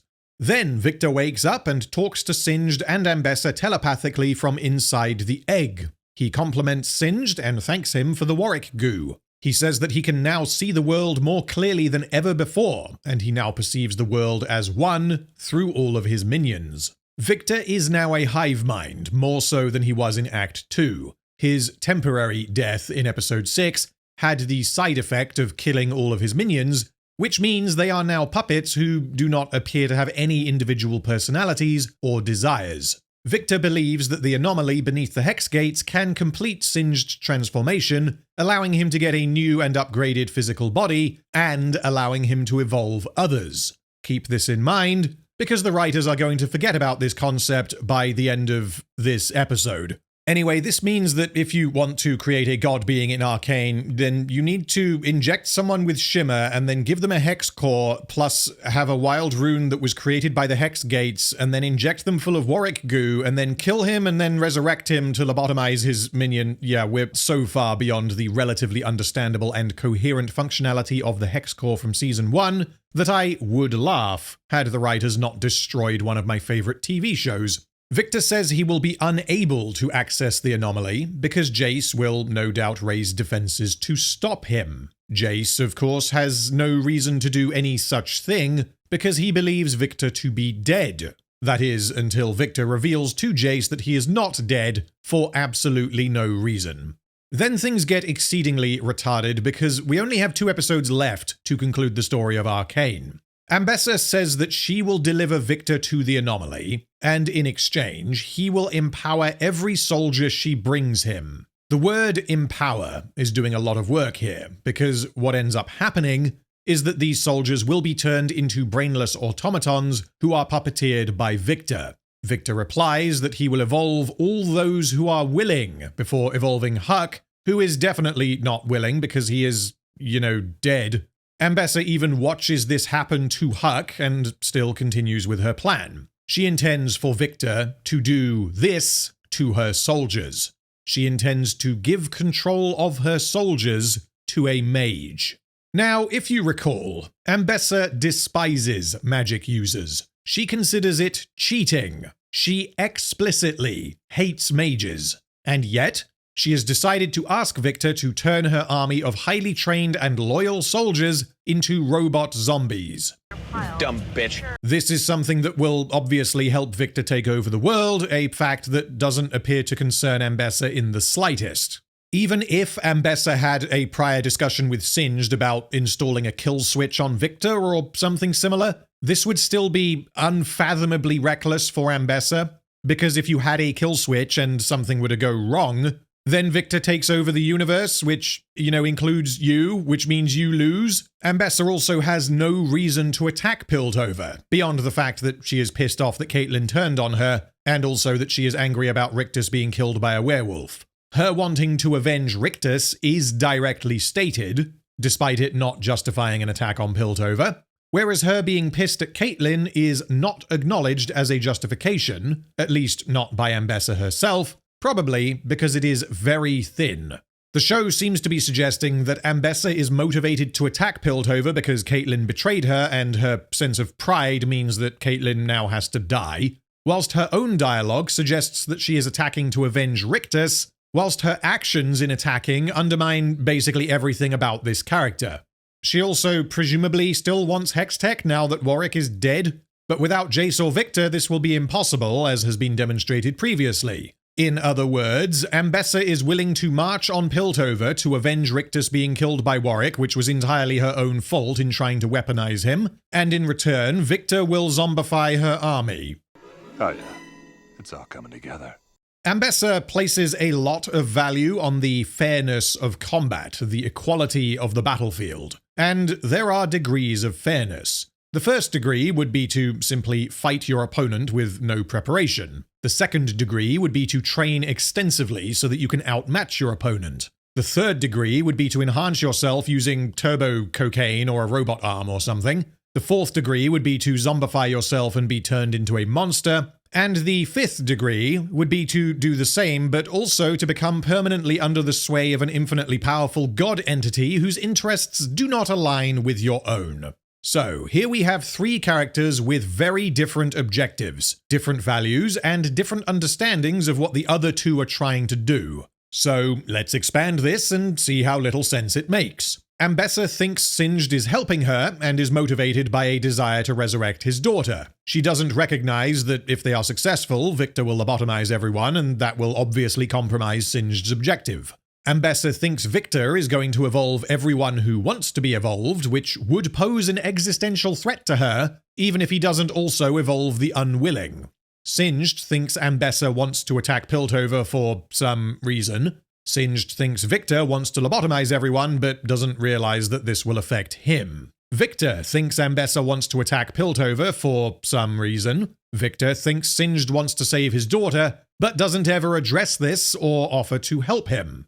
In this opening scene, we have set the stage for the finale. Viktor has decided to sacrifice Warwick in order to facilitate his own ascension, even though this is the opposite of what he said he would do in episode 6. This will also require that he access the anomaly, except that actually no it doesn't. Ambessa has decided to hire an alchemist to extract goo from a robot zombie werewolf and pump it into a transdimensional space wizard so that he can harness the power of a wormhole and zombify her soldiers, all whilst espousing that she hates magic and tricksters. And Singed has proceeded with his suggestion to Viktor in episode 6. He is going to ensure that the mutation survives so that he can heal his daughter.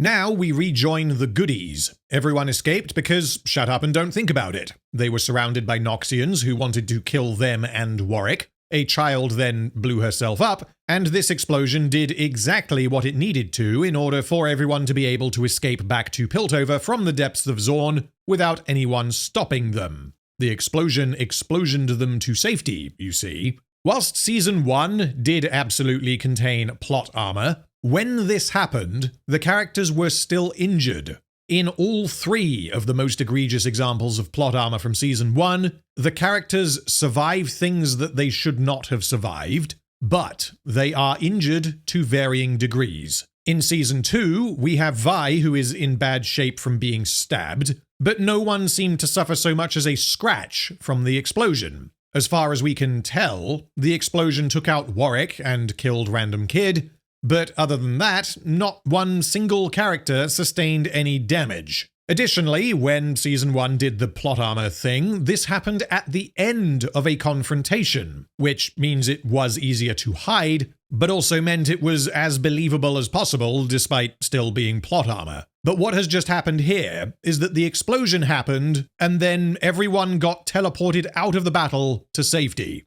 Magic. Motherfucker. Vi is not doing too well. Apparently it took 3 doctors to patch her up, and they were uncertain that she would pull through.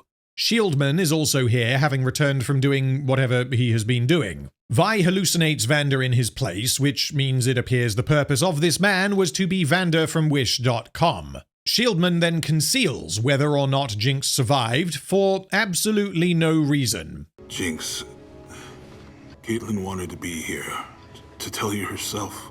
Wow, that's really insensitive. Well, saying that, the reason this happens is to imply to the audience that Jinx is dead, which is a cheap fake-out, but there is no in-universe reason why Shieldman would ever do this unless he is a prick. We then see that Girlman has continued to advise Caitlyn, and she suggests negotiating with Ambessa. Caitlyn shoots this down and says Ambessa will burn Piltover to the ground for her betrayal. Why would she do that? Why would Ambessa destroy a city and thereby forego achieving her primary objective? Ambessa would have to be pretty fucking stupid to do a thing like that, but that said, Caitlyn should probably expect some kind of retaliation from Ambessa, because she doesn't exactly seem like the kind of person to take a betrayal sitting down. Vi then bursts in like, Caitlyn, you despicable whore, how dare you arrest my terrorist sister? She hasn't killed anyone in at least a few days, as far as I know. Caitlyn then asks Girlman to leave and check on her father, so I guess he's still alive. But Girlman instead sticks around and eavesdrops on the following conversation. Vi continues, She saved your life. Whilst this is technically true, as Jinx did protect Caitlyn from Rictus, there is no possible way Vi could know about this. The only people who know that this is what happened are Caitlyn and Jinx, and Vi has not had the opportunity to speak to either of them prior to this very scene, which means she cannot know what Jinx did or did not do regarding Caitlyn. Vi also defends not letting Caitlyn in on the Jinx contingency from episode 6 because Caitlyn still can't trust Jinx enough not to shove her in a box. What, are you retarded? Moments like this make me wonder if the writers think they added more music video montages than they actually did. Vi saying, I can't believe you still don't trust Jinx, is complete horse shit, because Caitlyn has not been presented with any opportunities to trust Jinx. The one single interaction they have had since episode 3 of season 2 is Jinx saving Caitlyn from Rictus, which Vi knows about because shut up and don't think about it. Which means Vi's perspective genuinely appears to be, come on Caitlyn, Jinx saved you, so how can you not ignore her extensive history of killing people close to you? Yes, you fucking brainlet. She obviously cannot trust Jinx. And the perspective of the show appears to be that Jinx being imprisoned is a grave injustice because she is really, really, really sad right about now because that kid died earlier. And so the next time I feel like going on a killing spree and blowing up a police station, I'll just tell them, no guys, no, it's okay, you've got it all wrong. The child I was abusing just died, which made me sad, and so you don't need to lock me up. Then we get this. How long were you sidled up with that shifty, self-serving war pig? She oinked poison in your ear and you just ate it. This is not how metaphors work. Describing Ambessa as a war pig is a metaphor, sure. Saying that Ambessa oinked poison into Caitlyn's ear is very funny because pigs are of course known for being poisonous, and then Caitlyn eating the poison that was oinked into her ear is just so broken that this ends up being one of the funniest lines in the show. When you write a line like this, you need to delete it and try again. This would be like Vi saying, Caitlyn, your eyes are the window to the icing on the cake. I am experiencing a roller coaster in a china shop. Please just bite the wild goose chase and tell me, are we head over heels in Cupid's arrow? Is our love a rose on my sleeve? You take my breath into a whirlwind, Caitlyn. I love you from the bottom of my mirror. Anyway, Caitlyn says that the only thing Jinx cared about was getting Vi to safety, and then she surrendered. For you see, Caitlyn is also a goodie now, so we can't be having anything approaching moral complexity. We can't have Caitlyn and Jinx having a fundamental disagreement that leads to character-driven conflict. No, fucking no. This is Season 2, and in Season 2, everyone must be on the same team because you just gotta forgive each other and then everything is okay. Alright. Jinx is being held in the bunker until Caitlyn decides what to do with her. Presumably, the options are to release her, execute her, or send her to Stillwater. Vi tells Caitlyn that Jinx has changed, and Caitlyn responds that none of them can erase their mistakes, which is at least something. Caitlyn is, for the moment, unwilling to simply forgive Jinx because Jinx has caused Caitlyn tremendous harm, but don't worry, she will forgive Jinx in approximately 5 minutes' time. Who decides who gets a second chance? Oh, fuck off. Jinx is not on her second chance. She is on like her 15th chance at this point, and whilst she appears to have changed because of all the random kid stuff, which is inane and ridiculous, I will just take it at face value and accept that, okay, fine, Jinx has changed. That doesn't undo the 34 or so people that she has explicitly murdered in the last year or so. That doesn't bring Caitlyn's mother back. That doesn't bring the Sheriff of Piltover back. It doesn't fucking matter how sorry she is. Genuine remorse can potentially affect sentencing depending on the crime, as if someone killed someone else in a drunken bar fight and was then horrified that they had killed someone and showed clear signs of regret, then this would likely require a different form of punishment to if the person came out like, yeah, the guy was a prick and I'll fucking do it again. But that concept falls apart entirely when we are talking about a character like Jinx, who has murdered, at a minimum, 34 people. I know that Arcane Season 2 infuriatingly wants to run with the idea that if you forgive each other, then everything is okay, but that is not how forgiveness works. Inside the cell block, Caitlyn brings Jinx some food. This is not something Caitlyn, the supreme overlord of Piltover, needs to do personally, which means she is here for a reason. And that reason is to decide whether or not she can forgive Jinx. Jinx is clearly inconsolable after losing her pet random kid, as she repeatedly references her desire to end her own life. Caitlyn gives Jinx one chance to account for her actions and says there will be no trial. Caitlyn is presumably threatening to execute Jinx, which is an interesting strategy given that Jinx wants to die, and she says that no amount of good deeds can undo our crimes. Jinx, however, ignores this and does not account for any of her past actions, instead replying, Do what you came here to do. Do it, kill her. Caitlyn then concludes that she doesn't have the energy to continue hating, and she begins to leave before Jinx says, I didn't know your mom was there. And given what happens later, this is enough to convince Caitlyn to forgive Jinx and allow her to escape. Yeah, that's all we get. All Jinx has communicated here is that she didn't intentionally murder Caitlyn's mum. This instead happened as a result of her firing a fucking missile into a populated area.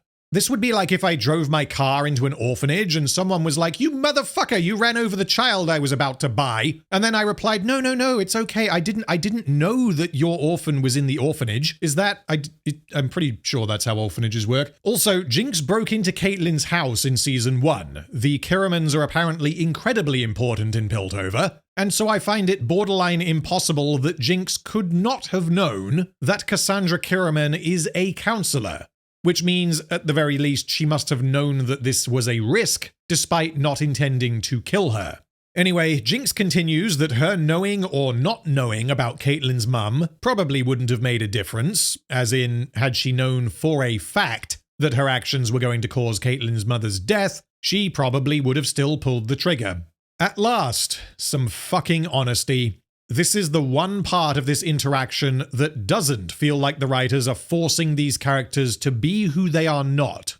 Jinx absolutely would not have given the dribbliest shit whether or not Caitlyn's mum was going to die because she hated Caitlyn. She hated Piltover, and she was incredibly emotionally distraught after killing Silco. And Jinx is both aware of this fact, and she openly communicates this to Caitlyn because she simply doesn't care anymore.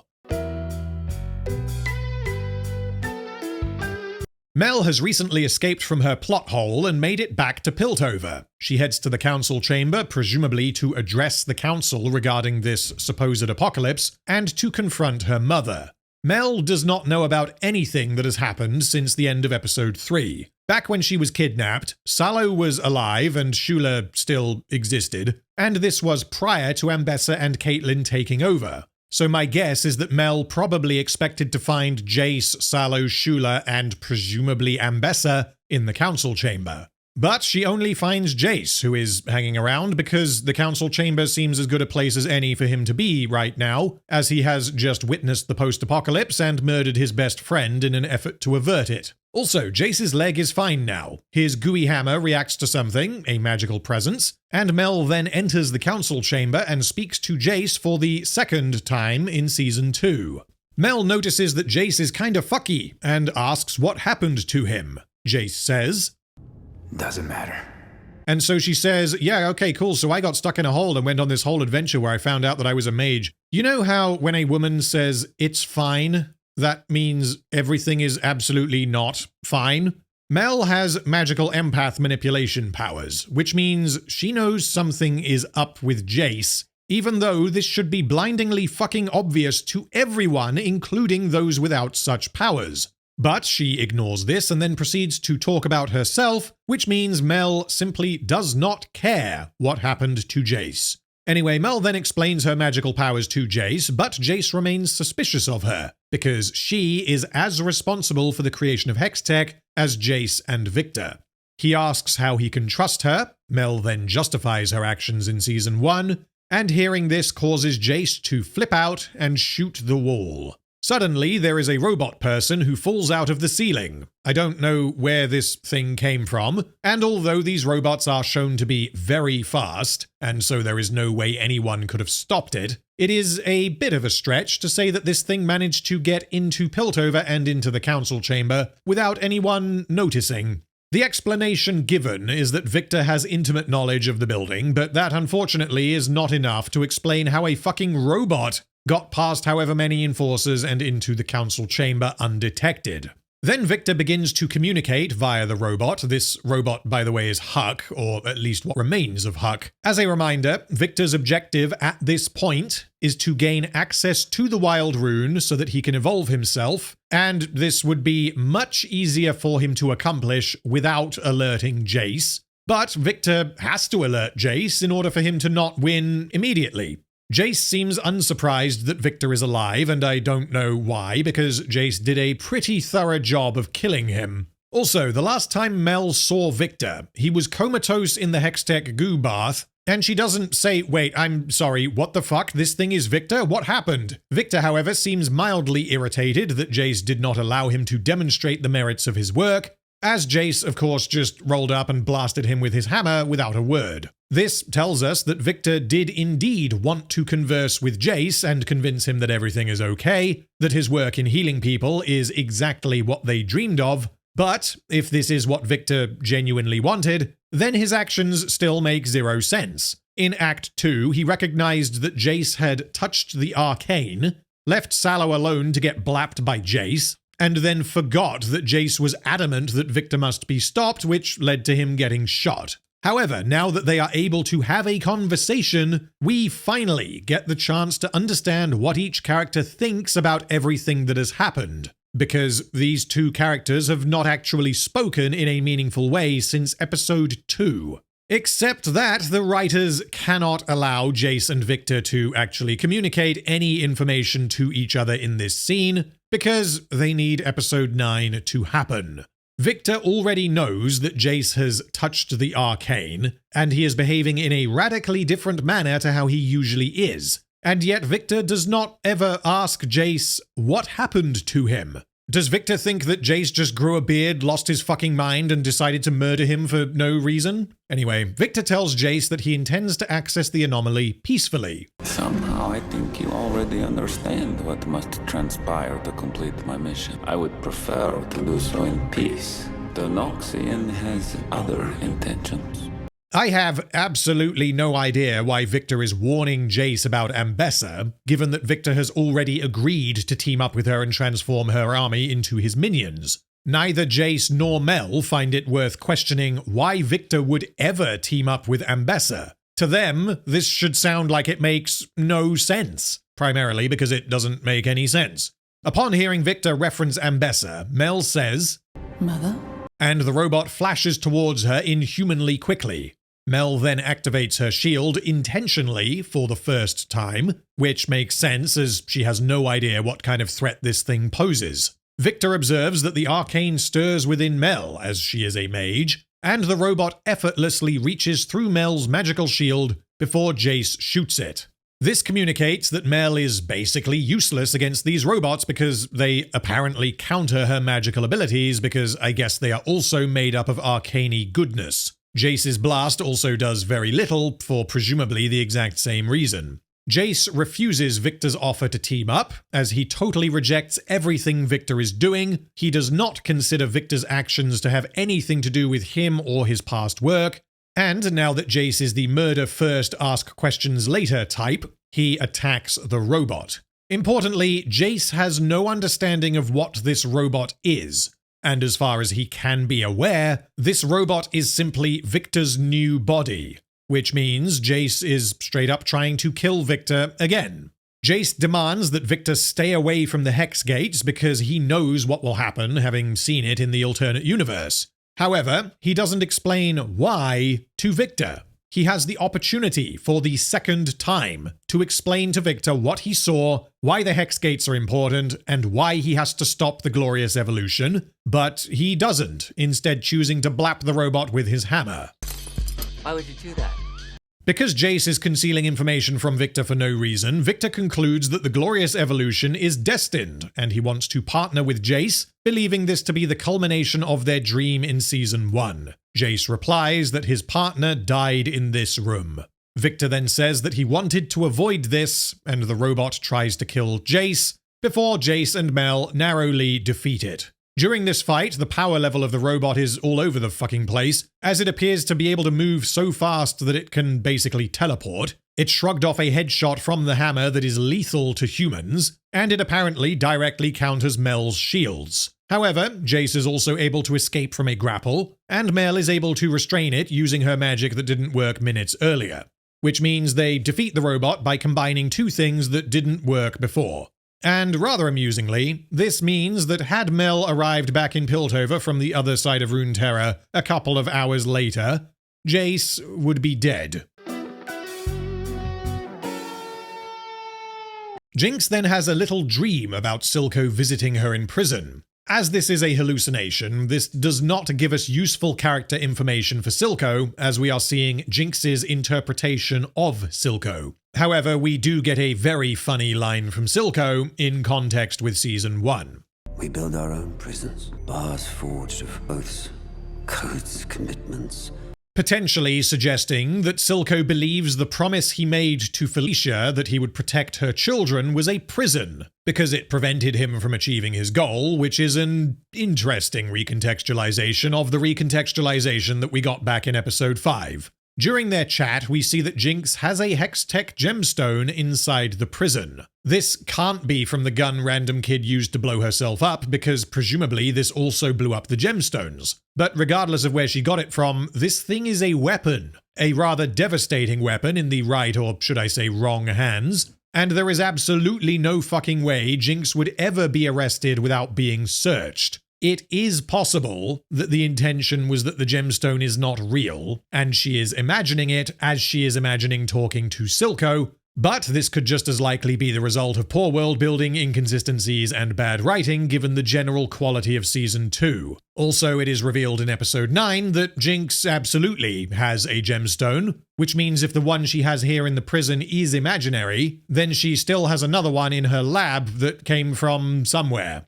Anyway, Silco tells Jinx that killing is a cycle, and that the cycle only ends when you find the will to walk away. This is not what Silco believed, because Silco did not walk away, which is fine, because again, this is entirely Jinx's interpretation of Silco, and she appears to be psyching herself up so that she can find the will to end her own life.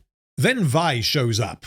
I swiped these from the guard station. Oh yeah, okay, that's just a thing that you can do. I swear to fucking God, the incompetence of guards in TV shows is going to shorten my life expectancy. But wait, we're not done yet, because we're about to get the worst line in the entire fucking show. It is unfortunately too long for me to play, but Vi tells Jinx, "If you come, help. Use all that explosive potential of yours for good. Maybe we could rewrite your story like you did with Zorn." Man, this time these crackers have gone too far! Where do I even fucking begin? Every single word here is wrong. Explosive potential is a pun. It is a funny line that has a double meaning, which makes it probably the least appropriate thing you could ever say to your suicidal sibling. Jinx also keeps blowing people up and killing them, which is not exactly what I would call explosive potential. Mentioning things exploding might also be a bit of a sore subject for Jinx right about now, because she presumably believes that her explosive potential got Random Kid killed.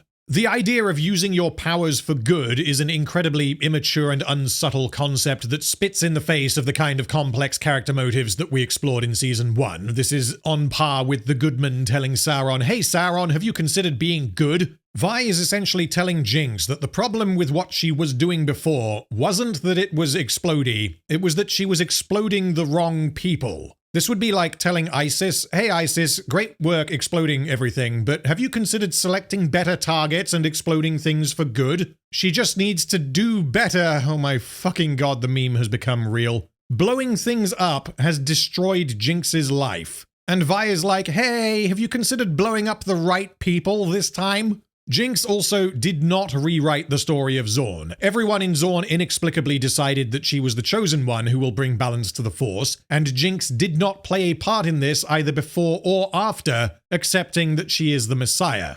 Unless Vi is suggesting that Jinx's whole booby trap with the ventilation system that pumped toxic gas into the streets of Piltover was actually a good move because this is what rewrote the story of Zorn. Actually, saying that, Vi is now totally fine with gassing civilians, so I guess this does make sense, unfortunately. And finally, Jinx already tried to rewrite her story by being good. It didn't fucking work. Children died. This has happened twice, and you have been there both times, Vi. Milo, Clagger, Vanda, and Random Kid would all be alive if not for Jinx trying to use her explosive potential for good. And speaking of Random Kid, this right here was the perfect opportunity for her to be mentioned after her death. Just have Vi say, "This is what that kid who followed you around for a bit, this is what she would have wanted." But the writers could not give less of a shit about Random Kid. She has now served her purpose, and so we need not consider her again. Jinx accepts Vi's offer to explode the right people this time, but this turns out to be a ruse. Jinx has realized that Vi will never give up on her and will never allow her to die, and so she runs out of the cell and locks Vi inside. Jinx has decided to kill herself to stop the cycle of violence. She says, "You don't need to worry about me anymore. You don't need to feel guilty about being happy. You deserve to be with her. There's no good version of me." What are you gonna do? She has had enough. She has tried to be happy. She has lost everything again, and she doesn't see the point of living. Meanwhile, Jayce apologizes to Mel because he hasn't asked what happened to her. Mel says that she chased the archetype of a Medada for as long as she can recall. She was raised believing that she had to merit her bloodline, and she has now realized that this was a lie. This blood is alien to me, yet it has dictated the course of my entire life. What Mel means here is not clear in the slightest. In Season 1, she was not chasing the archetype of a Medada. She appeared to resent her mother and Noxus, and her objective was to become as rich and powerful as possible, partly to help Piltover flourish, but also partly as a middle finger to Ambessa. She didn't need her mother to succeed. And Mel, now coming to the realization that actually she isn't really a Medada, is nonsensical because she is. She is the combination of a Medada and a mage, which does not erase her Medada heritage. The culmination of Mel's arc in Season 1, moments before a far better TV show would have killed her off, was that she removed her ring and rejected her family name. But the likely reason this dialogue exists is to throw the audience off, because we are at this point meant to believe that Mel intends to kill her mother for the Black Rose. Jayce says that he has been confused about a lot lately, which might just be the biggest understatement in the history of storytelling, but he knows that there is no force in the world that can control Mel. The purpose of this line is interesting because it functions as Jayce telling Mel to be her own woman and not let anyone tell her what to do. The suggestion, then, is that Mel should not let the Black Rose control her, which potentially means that Mel was planning on teaming up with LeBlanc and killing her mother, and that this little chat is what made her think twice about following through. But anyway, Mel is really strong and awesome, and thank you for telling me, show, because I hadn't yet got that. And thus ends Jayce's interactions with Mel in Arcane. Now that everyone in Piltover and Zorn has been conveniently split into teams of goodies and baddies, it is time for the battle preparations. Jayce has summoned a load of people to the council chamber. Shula is the only counselor here because she and Mel are the only ones left, and Mel, for some reason, does not attend. Caitlyn and Girlman are here, as is Savika for some unknown reason, as is the biker mouse from Mars. It appears that the writers have decided that Savika and the biker mouse from Mars are the representatives of Zorn, probably because they are the only two characters left in Zorn. This, however, means that Savika received a letter from Jayce saying, "Hello, please come to Piltover for a council meeting, PS, urgent," and she did not immediately stuff that letter into her pipe and smoke it. Sallow is of course not mentioned because that was this thing that happened that one time. Anyway, Jayce then slowly wanders into the room and tells everyone that they don't have much time. He explains that a storm is coming, the likes of which has never been faced before. He presents the robot that attacked him and Mel, and explains that it infiltrated the council chamber. Hundreds more are on the way. Now, you may be wondering, how can Jayce know that there are more of these things? Well, I'm glad you asked. Moving on. Jayce continues that this is not a fight for ideals or territory, but for humanity itself. Which means the intricate plotting and complexities of Season 1 have now been reduced to goodies fighting existential threat, in a way that is very reminiscent of what happened to Game of Thrones. Jayce then begs everyone to help fight in the coming war, a plea which works for some people but not for others, as a few people start to leave the room, including Savika and the biker mouse from Mars. This, of course, prompts Jayce to be like, oh, I guess I didn't explain myself properly. We are under attack by God. He is going to destroy the known universe and quite possibly the unknown universe, as well as any other universes that may or may not exist. The stakes are as high as they can possibly be. And whilst I don't fault characters like Savika for saying fuck this and leaving, I do absolutely fault Jayce for not making it crystal fucking clear what is at risk. Given the time frame of the impending attack, I can accept Piltover not being able to ask for help from other cities in Runeterra in time, but they absolutely must have contacted everyone they knew, given their connections as a global shipping lane, and told them what is about to happen, given the world-ending stakes. This means every major faction in the setting should now be aware of this apocalyptic threat, and should react accordingly. This is, however, never mentioned, nor do I expect it will be picked up in any future shows. During this council meeting, we see various cutaways to the people of Piltover and Zorn, including Piano Man. Oh my god, is that Jin? What? Is the Piano Man Jin? I hope it's Jin. Jin's from the game. Does the show become better if this man is Jin? Yes, it does. I like Jin. Okay, the show needs all the help it can get, so let's just say that the Piano Man is Jin. Jin stops playing the piano. He watches as Shieldman teaches people how to fight. He suits up and becomes an enforcer. And I hope that nothing bad will happen to dearest Jin. Gert decides to join the fight, which is good because Gert is the best. Fishman switches off the lights at the blockade and allows a bunch of Zornites into Piltover to fight alongside them. The enforcers dissolve the checkpoints and blockades as many people evacuate Zorn. Jayce has decided that they need to abandon the outskirts, meaning Zorn, to defend the city at the Hex Gates. The reason he makes this decision is because Viktor showed up earlier and said, "Hello Jayce, I'm going to access the Hex Gates later." But only after this council meeting does Jayce go down into the failsafe room. He learned of Viktor's intentions, had a casual chat with Mel, sent out invitations to people all across Piltover and Zorn to attend a meeting in the council chamber, and only after conducting this meeting did he decide, oh yeah, I should probably switch off the Hex Gates. The fate of the fucking world is dependent upon you preventing Viktor from accessing this thing. Jayce's immediate move after killing the Viktor robot should have been to deactivate the Hex Gates by any means necessary. Meanwhile, Vi is still locked in Jinx's cell before Caitlyn arrives and frees her. Caitlyn tells Vi, "You really think I needed all the guards at the Hex Gates?" Which tells us that Caitlyn has decided, following her conversations with Vi and Jinx, to pull some of the guards to make it easier for Vi and or Jinx to escape. In other words, Caitlyn decided to let Jinx walk free because being angry was too much effort. She boiled down Jinx's crimes to how they affected her personally, and because she decided to forgive Jinx, Jinx can just go. It's fine. I wonder how Marcus's daughter feels about Caitlyn letting Jinx go. And then we get the moment that has been hotly anticipated since episode 5 of season 1.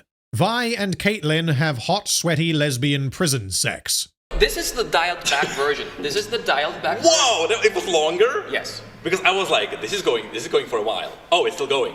Oh, it's still going. And it went for quite a while. So you were telling me originally that was more. Yes. Okay. We got a slap on the wrist for like, all right, your League of Legends is gonna be. Will you ever show? Will you ever show the original pitch?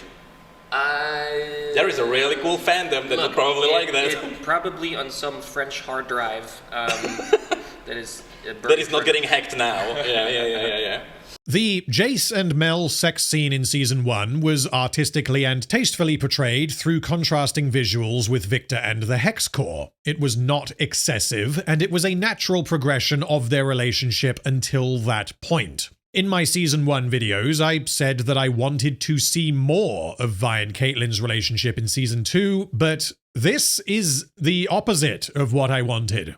Well done, shippers. You got to see the characters from season 1 slam inelegantly into each other, which is all you really wanted, isn't it? It doesn't matter who they are, what their stories have been so far, how they have changed as people, or why they decide to draw swords together. All that matters is that they do the deed.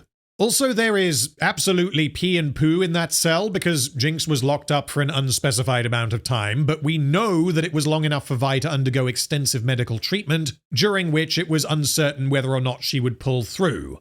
It is absolutely fine for stories to not address characters peeing and pooing, because it is usually not relevant to the story. But in this case, we have a character locked in a cell for at least a couple of days, and so, sorry, there's gonna be some pee and poo in there. But anyway, we've avoided the elephant in the room for long enough. Vi and Caitlyn both know that Jinx is about to kill herself. This was not in any way ambiguous. Jinx's intentions were made about as clear as they possibly could have been, short of having her say, Vi, I am going to go and kill myself now. This is a problem for Caitlyn, because we are led to believe that Caitlyn has forgiven Jinx and was going to allow her to escape, which means she is at least somewhat invested in Jinx's well-being. This is catastrophic for Vi, and that cannot be understated. This is character breaking in a way that has not yet been seen. And yes, I consider this far worse than Vi gassing Zorn. This is the single most damaging piece of character development for Vi in Season 2. It is perhaps the most damaging piece of character development for any character in Season 2. She believes that her sister, whom her character in both seasons revolves around, is going to kill herself. And yet she is overcome with the horn and decides to motorboat Caitlyn's Kiramelons. Yes, Jinx did tell Vi that she didn't want Vi to feel guilty for feeling happy, and that Vi deserved to be with Caitlyn, which means that, yes, Vi did have permission to hook up with Caitlyn without causing any further problems with Jinx. But I'm going to have to repeat myself here. Jinx is going to kill herself. She might already be dead. She might currently be halfway through a bottle of bleach. She might currently be lying on the fucking train track waiting for the train that is going to take her far away. Anyway, this orgasmic scene is accompanied by the song Fantastic by King Princess. I have mentioned a couple of other strange lyrical choices in the soundtrack for Season 2, where the songwriters inexplicably decided to reference real-world locations when they had been commissioned to write music to accompany a story set in a fantasy sci-fi world, but this one takes the fucking cake as being the most immersion-breaking. This is not a vague reference to East London, and this is not the lyrics being in French or Spanish. Feeling fantastic. I want to get drunk and watch American classics. Yeah, we gotta stop right there. Vi has serious problems with alcoholism, using it as a coping mechanism on more than one occasion to deal with losing Caitlyn. But actually, she's over that now, and she can happily get drunk because she's got Caitlyn back. What a profoundly immature depiction of overcoming alcohol abuse. And then, after getting shit-faced, Caitlyn and Vi, who live in Piltover in the fantasy setting of Runeterra, are going to watch American classics.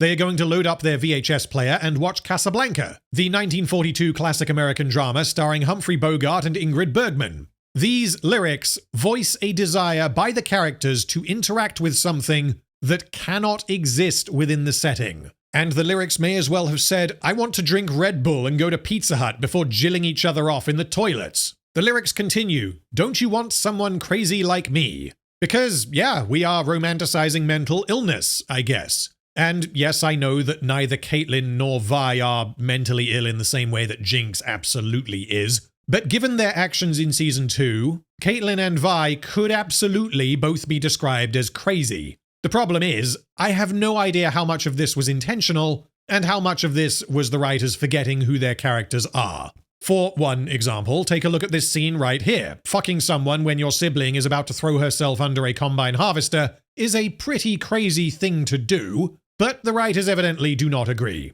I'm feeling amazing. Fucking amazing. I'm high as a kite. I'm sat here picturing you naked. You just have to take it. These lyrics would be absolutely fine if these two sexing each other was appropriate given the circumstances, but given that this is about as far from appropriate as it is possible to be, the lyrics instead highlight how indefensibly selfish Vi is being. She is feeling fucking amazing while her sister is chewing on the spicy end of a shotgun.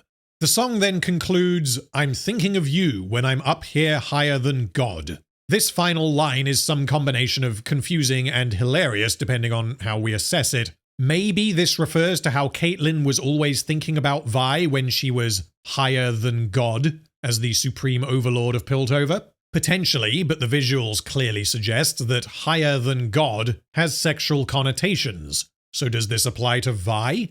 Well, I think it is safe to say that Vi is absolutely not thinking about Jinx when she is tongue-punching Caitlyn's front bottom. Caitlyn could be thinking about her mother, which would... yeah, let's not. I have no idea what these lyrics are referring to, who is being thought about, or who is doing the thinking. But it doesn't matter, because look guys, Vi and Caitlyn sexed each other. Meanwhile, Ambessa does a thing with the runes from Rictus's halberd. It is unclear exactly what she is doing, but this is something that we saw Rictus doing previously, and so now that Rictus is gone, she must do it herself. Mel has decided to come and see Ambessa after learning that she is teaming up with a robot space wizard. As Mel enters the tent, Ambessa is both shocked and happy to see her daughter alive, probably because after losing Rictus, she felt she had lost everyone close to her. Mel then says that she knows about the Black Rose. Ambessa then explains her view of what happened, as she quite reasonably assumes that Mel's head has been filled with lies from LeBlanc. She tells Mel that Kino got caught in the Black Rose's web, which ended with them killing him, and so it remains entirely unclear what Kino actually did. Mel suggests that Ambessa let Kino die because she didn't love him, which is an interesting response, given that Mel is meant to be able to sense Ambessa's inner self. And Ambessa replies that the reason the Black Rose killed him is because of how much she loved him. She tells Mel, "I pray you never have to suffer the agony of being forced to forsake one child to save another," which appears to confirm that she chose to save Mel, knowing that Mel was a mage and was of more practical use than Kino. This is all highly vague, and my guess is that this is because the writers didn't want to set anything in stone with regard to the Medarda's past, so that it can be left open for use in future TV shows. Mel says that Piltover has nothing to do with Ambessa's feud with the Black Rose, and she tells her mother to leave and return home, that Mel will go with her, and that they can avenge Kino together. This sounds like an entirely reasonable proposal from Mel, but Mel at this point knows that Viktor wants to take over the world, and so I don't know why Mel doesn't appeal to Ambessa and tell her that the real enemy is out there, and that Ambessa and the Noxians need to team up with Piltover so as to prevent Viktor from lobotomizing all sentient life. But Ambessa does not listen, and she replies, "This is more than mere vengeance. These mages dangle over our heads a sword that impales us should we rise too high. Their very nature violates the most core of Noxian principles, that every one of us is equal on the battlefield, that through cunning, sweat, and steel, we shape our destinies. Anyway, Robot Wizard, can you please magic my army into a super robot zombie army so that I can defeat people who are decidedly not mages, and don't you dare tell me that my actions are incoherent." This is used as a justification for Ambessa's hatred of mages, specifically the Black Rose, but it quite obviously undermines her current actions, in that she is teaming up with a mage to defeat Piltover because she is angry with Caitlyn. So, are we meant to think that Ambessa is a hypocrite? Because if so, they could have done a far better job by putting Ambessa in a position where she has to compromise on her values because she is desperate. And Mel would obviously be like, "Mum, what the fuck are you doing? This is the opposite of what you would do if you actually believed any of the shit you chat." Instead, what we get is that Ambessa wants to attack Piltover for unclear reasons, and so she is suddenly okay with things that she was absolutely against the last time we saw her. Ambessa tells Mel that she has found another way to defeat her enemies, and she reveals the army of robots. Imagine an army that need never fear death. Then the camera cuts away, and I guess Mel leaves? Which means Ambessa and Viktor let her leave? This is another example of Arcane pulling the classic Rings of Power trick of dramatically cutting away halfway through a conversation. Are we seriously expected to believe that Ambessa was like, "Behold, my army of zombie robots," and then they just awkwardly look at each other silently for a moment before Mel wanders back to Piltover? No questions, Mel? Just, "Oh, okay, zombie robots, cool." Then Viktor tells Singe to begin the process of giving him a new body. If you recall, the reason Viktor wanted access to the anomaly beneath the Hex Gates was so that Singed could complete his transformation. Well, that idea has been ditched entirely because Singed is about to complete Viktor's transformation using the Warwick goo, and the anomaly will instead function as a means for Viktor to lobotomize everyone. Singed starts making Viktor a new body. He extracts some Warwick goo and pumps it into the Viktor egg, even though this appeared to be what he was already doing. And if this wasn't what he was already doing, then I don't know why. The idea previously was that he couldn't transform Viktor without the anomaly, but it turns out Singed could have just done this the whole time. Also, Viktor being able to evolve others was previously stated to require access to the anomaly, but actually not because he's already turned a bunch of people into robots. Anyway, as the goo leaves Warwick, we see Vanda's memories leaving him as both Vanda and the Beast are sucked out via a tube and pumped into the Viktor egg. I don't have an explanation for how or why. You just stick a tube in the werewolf and suck out his memories to create a god entity. As much as I would love to explain this, I've got nothing. Ambessa watches all of this like, yep, this is totally what I signed up for. This then causes both Warwick and all of the Viktor minions to get their heads sucked by the Arcane, I think. Which presumably means the Warwick goo going into Viktor means Viktor is able to suck their brains and absorb them to create a new body for himself. Now we need to address Skye. Skye has appeared a handful of times from Viktor's POV in the spacey Arcane dimension, and she appears to be a separate consciousness to Viktor. There are a handful of possibilities with Skye, and unfortunately all of them are just as likely as each other because of how vague all of this is. If Skye was indeed absorbed by the Hex Core in Season 1, then this could mean that Skye's consciousness now exists within Viktor, as Viktor has now absorbed the Hex Core. This means there is a continuity of characterization, as in, this Skye is the same person we saw in Season 1. This would mean that Skye has continued to help Viktor achieve his dream, but as he has become more extreme, she has started to lose confidence that what he is doing is the right thing. In this episode, we have seen a couple of shots of Skye looking worried, which only really makes sense if this is indeed Skye from Season 1. If this is correct, however, then I can't tell you why Skye's consciousness would disappear when Singed pumps Viktor full of Warwick goo, because Skye's consciousness is as much a part of Viktor as the Hex Core.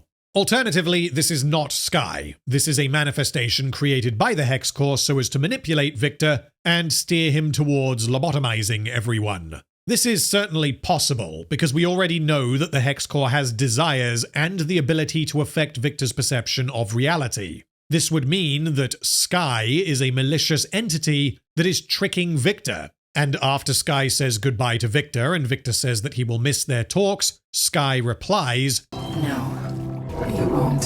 Which can be interpreted as the Hex Core dropping the facade in its final moments before both it and Viktor evolve into something greater. It knows that Viktor will not miss Skye because Viktor will not care about anything other than the glorious evolution in a few minutes' time. Alternatively, Skye is not an entity other than as perceived by Viktor. She represents his humanity, but she does not exist, and she did indeed die in Season 1. And so, as Viktor evolves, he loses his humanity, which is why we see Skye disappearing. This seems to be supported by Viktor's suggestion in Episode 6 that people's humanity is a problem that needs to be fixed, plus the fact that this happens alongside Warwick/Vanda also losing his humanity. The lyrics to the accompanying song The Line by 21 Pilots seems to corroborate this. Did I disappoint you? Will they still let me over if I cross the line? I'd rather you not be here for what could be my final form. Stay your pretty eyes on course, keep the memories of who I was before. This is clearly from Viktor's perspective, and he is asking if what he perceives as Skye's consciousness is disappointed by his actions. I think that this interpretation probably makes the most sense, but it is also perhaps the least satisfying, as it means Skye does not appear in Season 2. She is simply an idealized version of a woman Viktor never knew, and her only function is to symbolize Viktor's humanity, a humanity that he has now chosen to dispense with.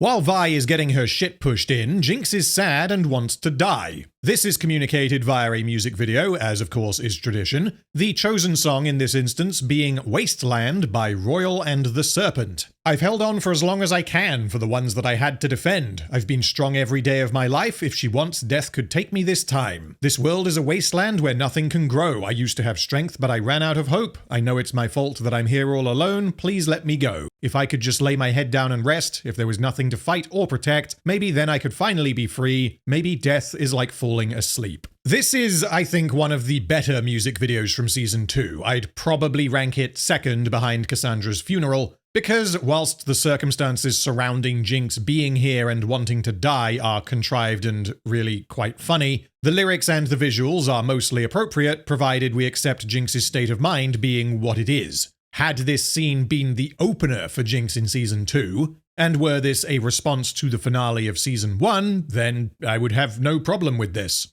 During the music video, Jinx returns to the last drop and sets it on fire. As mentioned previously, it is not clear what the last drop is during Season 2, as if the Chem Barons do not exist, then one would think this is just a regular pub that is not affiliated with any faction in particular, which would mean that Jinx is destroying a drinking establishment for the people of Zorn to hang out in because she is sad. The last drop was also very important to both Vanda and Silco, and it was not hers to destroy. Then Jinx goes into her lab and uses her explosive potential to end her own life. But then who could possibly show up but Ekko? He has arrived from another universe within the 4-second window that will allow him to undo Jinx's death. This requires unimaginable levels of cosmic luck, unless Heimerdinger is just that good that he can make an interdimensional time machine in a couple of hours that has pinpoint accuracy.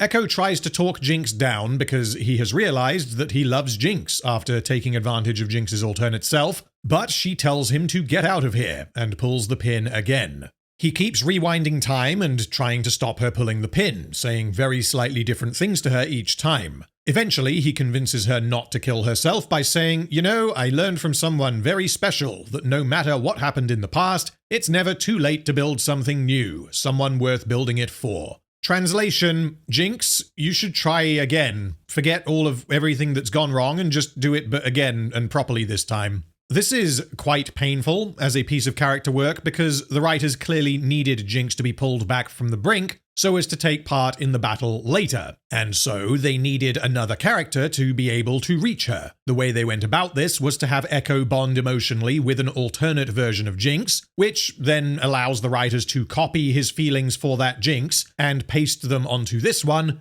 despite everything that this Jinx has done in her past. This girl murdered your friend right in front of you, Ekko. The last time these two characters interacted was when Jinx attempted to blow them both up on the bridge in Season 1. Ekko has known about Jinx for years, and he knows in detail who she is and what she does, and yet we are expected to believe that knowing alternate powder for a few weeks at most convinces him that the original Jinx might also be a good person. Additionally, Ekko saying that it is never too late to start again and build something new and someone worth building it for shouldn't mean anything to Jinx, because if she has feelings for Ekko, then this would further incentivize her to die. If Jinx considers Ekko to be close to her to any degree, which is flatly not supported by the show, then this would make her want to get away from him, because as she is very aware, everyone close to her dies. She jinxes every job. We do not actually see what Jinx does after Ekko's final plea because we cut away to the opening credits, but what happened off-screen is that Jinx decided not to kill herself, and the next time we see her is when she arrives during the battle. And I'm going to have to take this slow to make sure I properly explain what happened here after the camera cut away. Ekko has no knowledge of Viktor or Ambessa, because he has been gone from the plot of Arcane since episode 3. His knowledge of the existential threat facing all of them is that his tree had some goo on it, and all of the insane nonsense that happened afterwards is not something Ekko is aware of. This means when Ekko spoke to Jinx, it can only have been to convince her not to kill herself, and he evidently succeeded. Unrelated to this, Savika and the Biker Mouse from Mars attended a council meeting, and they decided not to help Piltover fight Viktor. They must have then gone back into Zorn and met up with Jinx and Ekko, who were just chilling, at which point they explained what Jayce had told them. And Jinx and Ekko both decided to help, and managed to convince the rest of Zorn to help too. This is a huge amount of inference that relies upon characters being totally fine cooperating with each other, namely Savika and Ekko. These two hate each other, but apparently Ekko said words to her that convinced her to change her mind.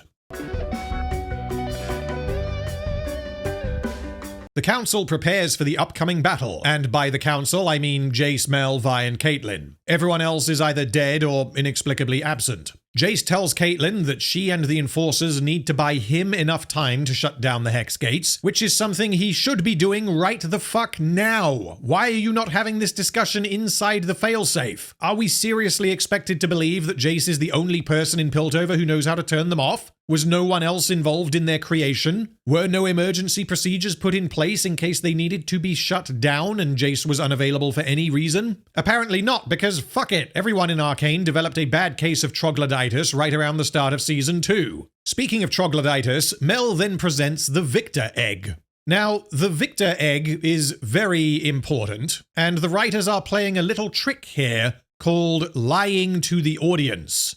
The purpose of this scene is to inform the audience of the logistical concerns relating to the upcoming battle, and principally this kind of thing is a very good move, arguably a crucial move. Hell, even Zack Snyder understood the value of scenes like this, so as to ensure that the audience understands what is actually happening and why during the battle, without forcing characters to stop fighting so as to deliver exposition to the audience. The twist later in the episode is that Viktor is not inside the Viktor egg, and this revelation turns what appears to be a victory into a defeat.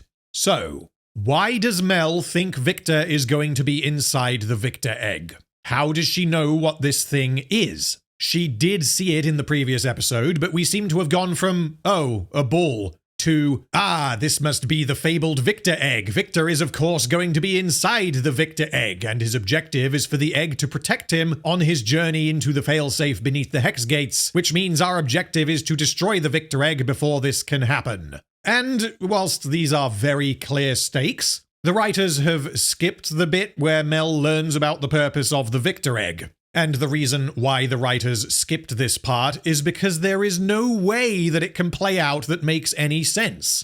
Are we expected to believe that, after we cut away in the previous episode, Ambessa said, "Pay no mind to the Viktor egg, dear. Anyway, you can leave now." And then Mel returned to the others like, "Guys, there's a Viktor egg, we need to stop it." And the writers know that they are cheating here because they have Caitlyn say, Viktor's at the center of all this, isn't he?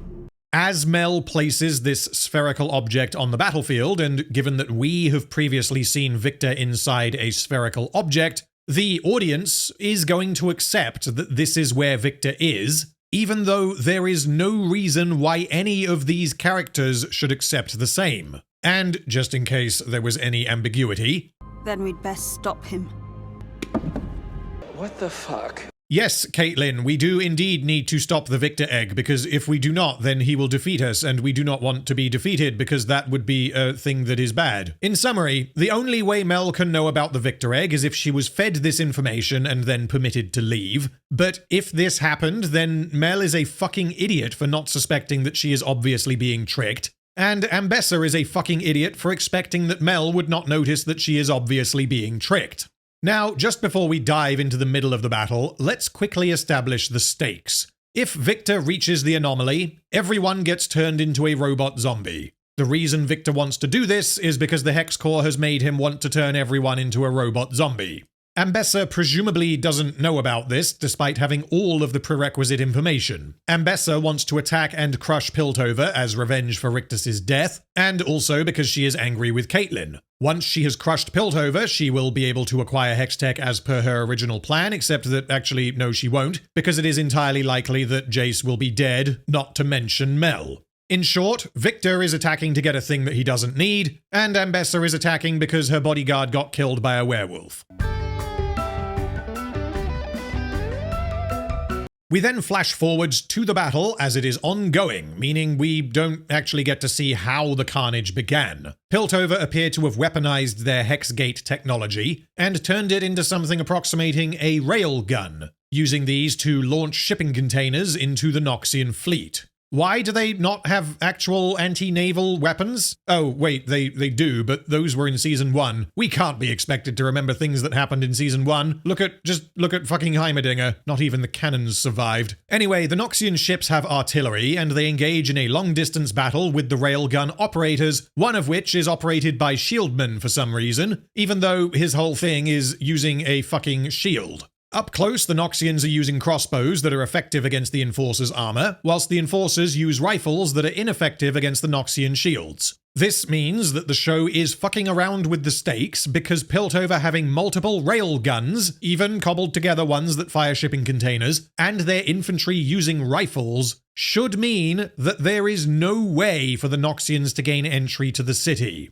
You put your ranged infantry in a defensible location, and you shoot the shit out of your enemy. The fact that Piltover uses guns was apparently very inconvenient for the writers because this meant that they needed to help the Noxians, otherwise we would have no battle. So, they make the railguns useless, they make the rifles useless, and they cut out the start of the battle, which means we have no idea how these two forces ended up clashing in the way that they are. Meanwhile, Vi is carrying an injured soldier to safety. I am not sure why Vi is the one doing this, given that she is wearing her gauntlets and she is easily one of the most effective fighters on the side of good. This enforcer is revealed to be Gert. Oh no, not Gert. She was my favorite terrorist sympathizer. Gert then dies of her injuries and Vi is like, oh dear. It becomes clear that the writers appear to have a baseline understanding of how to structure a battle scene, in that you need to have an amount of ebb and flow to create dramatic tension, but the way this plays out is that both sides are idiots because they don't deploy or use their forces in anything approaching a sensible manner.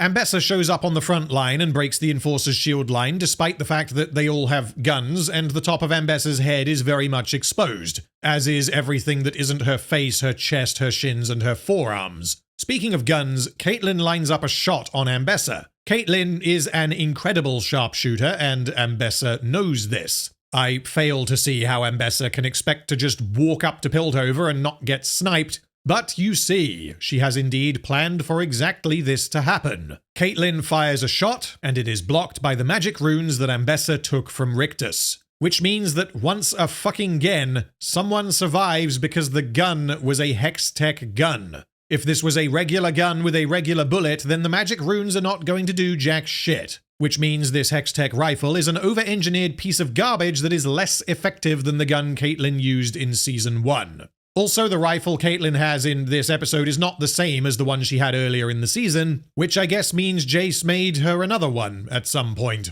Anyway, Caitlyn fires repeatedly at Ambessa, pinning her, but having now given away her position, she is hit by an artillery cannon from one of the Noxian ships. Oh no. It is unclear if Ambessa expected Caitlyn to do this, and that this is why she personally ran out into the open, but regardless, a single bullet from any gun other than Caitlyn's would have killed her, which makes this more than just a little bit lucky. Then a giant cave troll emerges from one of the Noxian boats, dragging behind him the Viktor egg. My assumption here initially was that this thing is Warwick, having now been lobotomized by Singed and Viktor, but yeah, this is not Warwick. Warwick is somewhere else. The Noxians break through the upper doors, and they are being led by what appear to be Noxians roided on Shimmer. This doesn't appear to have anything to do with Viktor, which means Singed must have also offered the Noxians Shimmer. Shieldman dies. Vi holds off a Shimmer Noxian, but the camera cuts away, so she's okay. Caitlyn and Girlman travel down to ground level, having inexplicably survived the artillery blast. I don't know what I'm supposed to do with that information, but okay. They have a bomb, and their intention is to harness its explosive potential to blow up the Viktor egg. Naturally, Caitlyn, the supreme overlord of Piltover, and presumably the best sniper they have, leads a ground assault, which means that Shieldman, the fighter, did the shooting, and Caitlyn, the shooter, does the fighting, which could generously be called a misallocation of resources. A guy pokes his head out and then dies immediately. Is that Master Yi? No, it's not fucking Master Yi! The enforcers start gassing the Noxians as they are well versed in the art of gassing people, which perhaps explains why Caitlyn was so eager to get involved in this part of the plan. Fishman takes the bomb and plants it on the Viktor egg, but it does not detonate, and Caitlyn is knocked out. Yeah, so Girlman was a fucking mole. She sabotaged the bomb without anyone noticing and then sucker punched Caitlyn. Which means that when Caitlyn and Vi got sticky next to Jinx's piss puddle, this was actually all okay because Girlman was evil. And so Caitlyn wasn't actually being unfaithful. That's how that works, right? When did Girlman become a mole is really the only meaningful question we can ask here. Was she from Noxus and was brought to Piltover as a plant? Was she from Piltover and paid off when Ambessa arrived? Was she on Caitlyn's side until this very episode? Well, the suggestion is that, yeah, Girlman flipped very recently, unless, of course, the show is again lying to its audience. In episode 4, her dialogue to Caitlyn involved pulling out of Zorn and reforming the council, which is the opposite of what Ambessa would want to happen. So either this was bad writing, or Girlman was not working for Ambessa at that point. In episode 8, she appeared very worried about Caitlyn and eavesdropped on her conversation with Vi, which suggested that she was unsure of what to do. She realized from this conversation that Ambessa was going to burn down Piltover, which means she then contacted Ambessa while Caitlyn was strumming Vi and said, "Hey, I'll help you. Please don't kill everyone I know. Also, who are those robots over there? They look cool." But unfortunately, it is not quite so simple, because in their first scene together in Act 2, Ambessa is shown to be aware of the fact that Caitlyn and Girlman are seeing each other because she tells Caitlyn, "I suppose I don't need to advise you on the hazards of professional entanglement." And this line is then repeated here. "I warned you of the hazards of professional entanglement." This suggests that Ambessa had potentially planted Girlman and tasked her with getting close to Caitlyn, but there is a third option which unfortunately lines up the best. Girlman was indeed just a regular Girlman. She hooked up with Caitlyn and they saw each other for anywhere up to about a year, meaning that Girlman was quite probably in a relationship with Caitlyn for longer than Caitlyn and Vi even knew each other, and then suddenly Caitlyn's ex comes back into her life. When Caitlyn asks Girlman to go and check on her father, Girlman eavesdrops outside the room because she wants to know if Caitlyn is going to dump her and go back to Vi. Although we do not ever see this, given that Girlman is established as being suspicious of Caitlyn, it is entirely possible that she realized that Caitlyn had cheated on her with Vi, and that this then informed her siding with Ambessa. And if this is true, then this would make Girlman a far more sympathetic character than either Caitlyn or Vi, which then makes her death even funnier. So, maybe Girlman was indeed a scorned lover, the monster Caitlyn created, but either way, it really doesn't matter. If Girlman was working for Ambessa to any degree, then it is incoherent for her to act as Caitlyn's spotter and not try to prevent her from sniping Ambessa. Which means, whichever way we slice this character, she is a mess of I don't fucking know.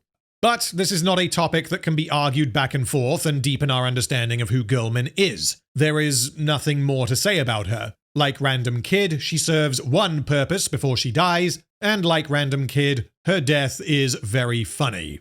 Ambessa then takes Caitlyn's weapon and dismantles it, which is not only something Ambessa knows how to do, but is something that she would want to do, because this character has not been well established as wanting incredibly powerful Hextech weapons for herself. Caitlyn then disarms Girlman and tries to shoot Ambessa, but Ambessa is too quick, and she stabs Caitlyn in the stomach. Don't worry though, this is the good kind of stab, the kind that not only has zero effect on Caitlyn's physical ability, but also allows her to defeat Ambessa. Ambessa then says, "Desperation is the doorway to oblivion." Which is another suggestion that Ambessa is a hypocrite, but again, I am unsure if this is intentional. Ambessa's reason for attacking Piltover might be incredibly poorly explained, but Ambessa is absolutely desperate. Piltover is just a stepping stone for her. The ultimate objective is to defeat the Black Rose, and the whole reason Ambessa is a part of this story is because she is desperate to stop them. So having just stabbed Caitlyn, but not really, Ambessa says, "Let's get this over with," and Girlman prepares to execute Caitlyn.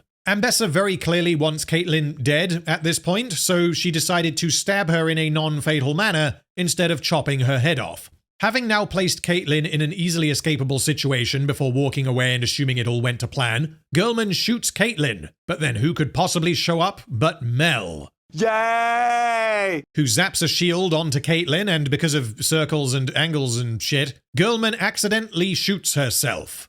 What is happening? I have no idea if Mel intended to do this, because although she is a mage, I somewhat doubt that she has a godlike understanding of physics that would enable her to pull this off. Which means Girlman shot herself because she was really, really, really unlucky. And my guess here is that the audience is supposed to cheer and be like, woo, take that, you traitorous bitch. And this is supported by the fact that for a single frame, Girlman has an evil smile. And whilst this could easily be missed, this is the animators communicating to the audience that Girlman is evil and deserves to die. Anyway, Mel was inside the building when she spawned her shield. But she managed to shield Caitlyn at exactly the right time, but also didn't shield her when Ambessa stabbed her. The only explanation for this is magic. She read the script. She psychically knew exactly when she needed to do what she did, and had Mel not allowed Caitlyn to get stabbed but also protected her from the execution, the plot would be unable to continue. Until this point, Mel has been acting as the commander of the army, coordinating with the enforcers and ordering them into new positions. This is, again, a misallocation of resources. Mel is the most powerful person on the team of good, and she has been sitting in a tower saying, "Yes, enforcers, go and hit them from the left. They won't see that coming." But, Mel, aren't you like a wizard now? Shouldn't you be out shielding people and helping us fight for the survival of everything we know and love? Did I fucking stutter? So Mel has arrived after a low point in the battle, despite having been here the entire fucking time and chosen not to help until now. The show seems to be playing this as though Mel is totally awesome and cool, even though the character of Mel from season 1 was not a one-dimensional goodie who would absolutely be able to wield these incredible powers responsibly. Mel has always been a good person, but given what season 2 has done with introducing this idea that all magic is inherently evil and always leads to bad outcomes, the idea that maybe Mel might not know how best to use her powers that she does not fully understand is an idea that could have been entertained. But actually, no. Mel is just a super benevolent magic wielder, the anti-Viktor, if you will. And because she is good, she is going to use her powers for good. She tells her mother to spare the lives of the enforcers, and Ambessa replies that Mel is still a fox. Then the Cringe Brigade arrives. Jinx, Ekko, and the Firelights show up on an air balloon, something that would absolutely never have happened just a couple of episodes prior. The bunny is here because it was a thing from season 1. The bunny represents childhood, or an inability to do what you want to do, and so Jinx has now repurposed it seemingly as a memorial to random kid. The bunny ears have become symbolic of the child she inspired to blow herself up, and we can also see these big circle things that appear to have been painted in reference to random kid's goggles. She has painted her cloud tattoos on the rotor blades as well as Ekko's hourglass symbol. Jinx is also wearing an entirely new costume that has never been seen before. Ekko, meanwhile, has been covered in Jinx's doodles. Which means that these two have spent the last however long, probably about a day or so, aware that the world is about to end because we have to assume that Savika told them because why else are they here? But instead of responding with any degree of urgency, they decided to waste valuable time drawing on each other.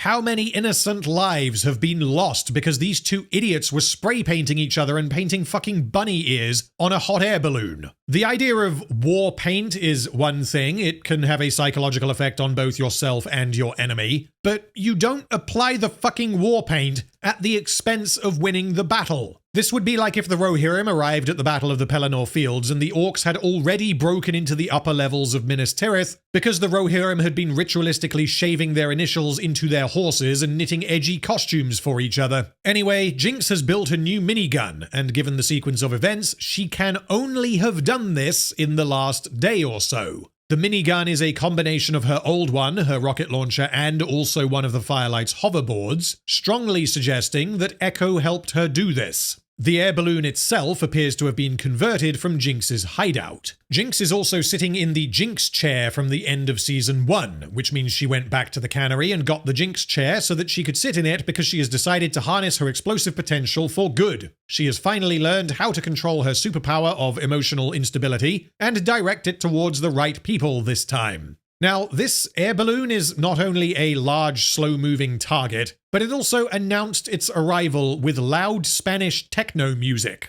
The Noxian ships have artillery cannons. The Noxians themselves have crossbows. This ridiculous fucking thing should not stay airborne for more than a few seconds, but it does because we are now in the "woo, it's party time" section of the battle. The lyrics to the accompanying song Come Play by Stray Kids, Young Miko, and Tom Morello are partly in Spanish. Unfortunately, I do not have ready access to a real-life Spanish person, so Google Translate will have to do. You've lived it up if you didn't believe in me. We're here with the combo, ready to cause a breakdown. Careful, I have a short fuse, and your gum might explode. I'll light a fire and burn all your merchandise. These lyrics reference things exploding and fire and breaking things, so yeah, this bit is probably about Jinx harnessing her explosive potential for good. The lyrics continue in English. You're not alone. Look at my shadow. I'm behind you like a ghost. Mission Dire Legend is a go. The way I flow, taking all the shots, landing free throws. Beast mode, double snake eyes, turn them all to stone. Which presumably references Ekko. He has become Jinx's shadow as they have repaired their friendship off-screen, and he now apparently wants to die a legend. Well, isn't this awesome? The loud techno music and brightly colored heroes finally joining the battle. War is actually quite cool from a certain point of view, but not the point of view of Arcane Season 1. If you just take a cursory glance at the opening scene, it is made very clear that this is not good. There are consequences for your actions, and these consequences have generational effects that can lead to a cycle of violence. When Arcane Season 2 released, League of Legends released a temporary map called the Bridge of Progress to replace the traditional Howling Abyss ARAM map, the idea being that one team plays for Team Piltover and the other team plays for Team Zorn. And each team had a different announcer, one from Piltover and one from Zorn, who would encourage the players to kill each other. They drew first blood! How ghastly! An enemy's been slain! Splendid! 2 trenchers were slain. Terminated! Let that be a lesson! 3 down! Now that is newsworthy. Pentakill! A paragon of progress! Down with you, bottom dwellers! Enemy killing spree! Send them to Stillwater! Legendary! Looking for a seat on the council? Enemy quadra kill! Oh, the misery! Ah, Pilty couldn't cut it. Cheers, mate. Topside is slain. Nice. Ally's been cut down. Get that topsider. This isn't the Bridge of Progress. It's the Bridge of Legendary Kills. We're not going anywhere, Piltover, no matter what you do. Whoa, was that a pentakill? Let me ask Pilt... Oh, wait, they're all dead. Additionally, the music for the Bridge of Progress map was, of course,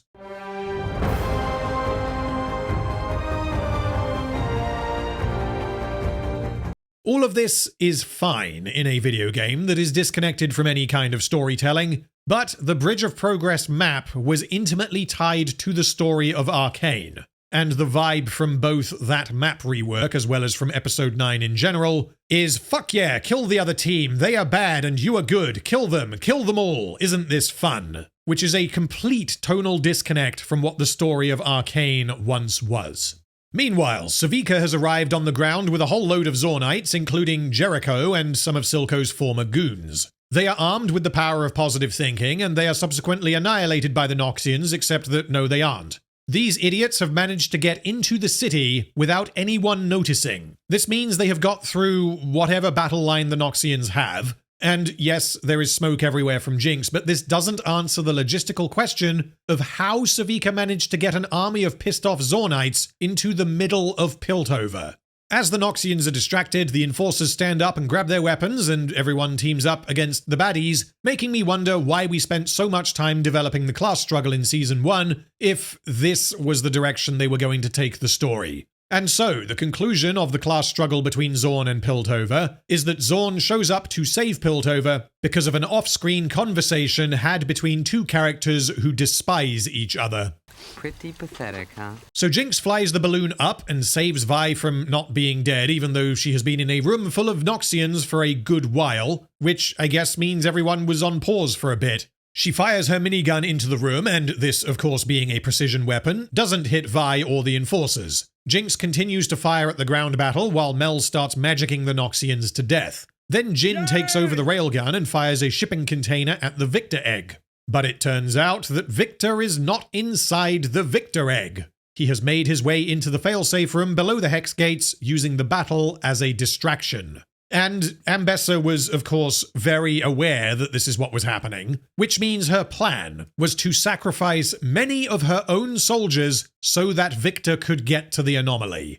Ambessa appears to have made a deal where both parts of the deal are bad for her. This would be like her saying, Viktor, if you kick me in the nuts, I'll let you take over Noxus. But I shall get to Viktor later. For now, we will continue with the ground battle. Lobotomy Warwick shows up along with a load of robot zombies. They enter the battle by doing this, and I don't know why, although it certainly looks creepy. I don't know where they were earlier, and I don't know why they weren't used earlier. Maybe they were inside the Viktor egg, but I don't know why you would put what is by far your strongest weapon inside this thing, only to be unveiled later.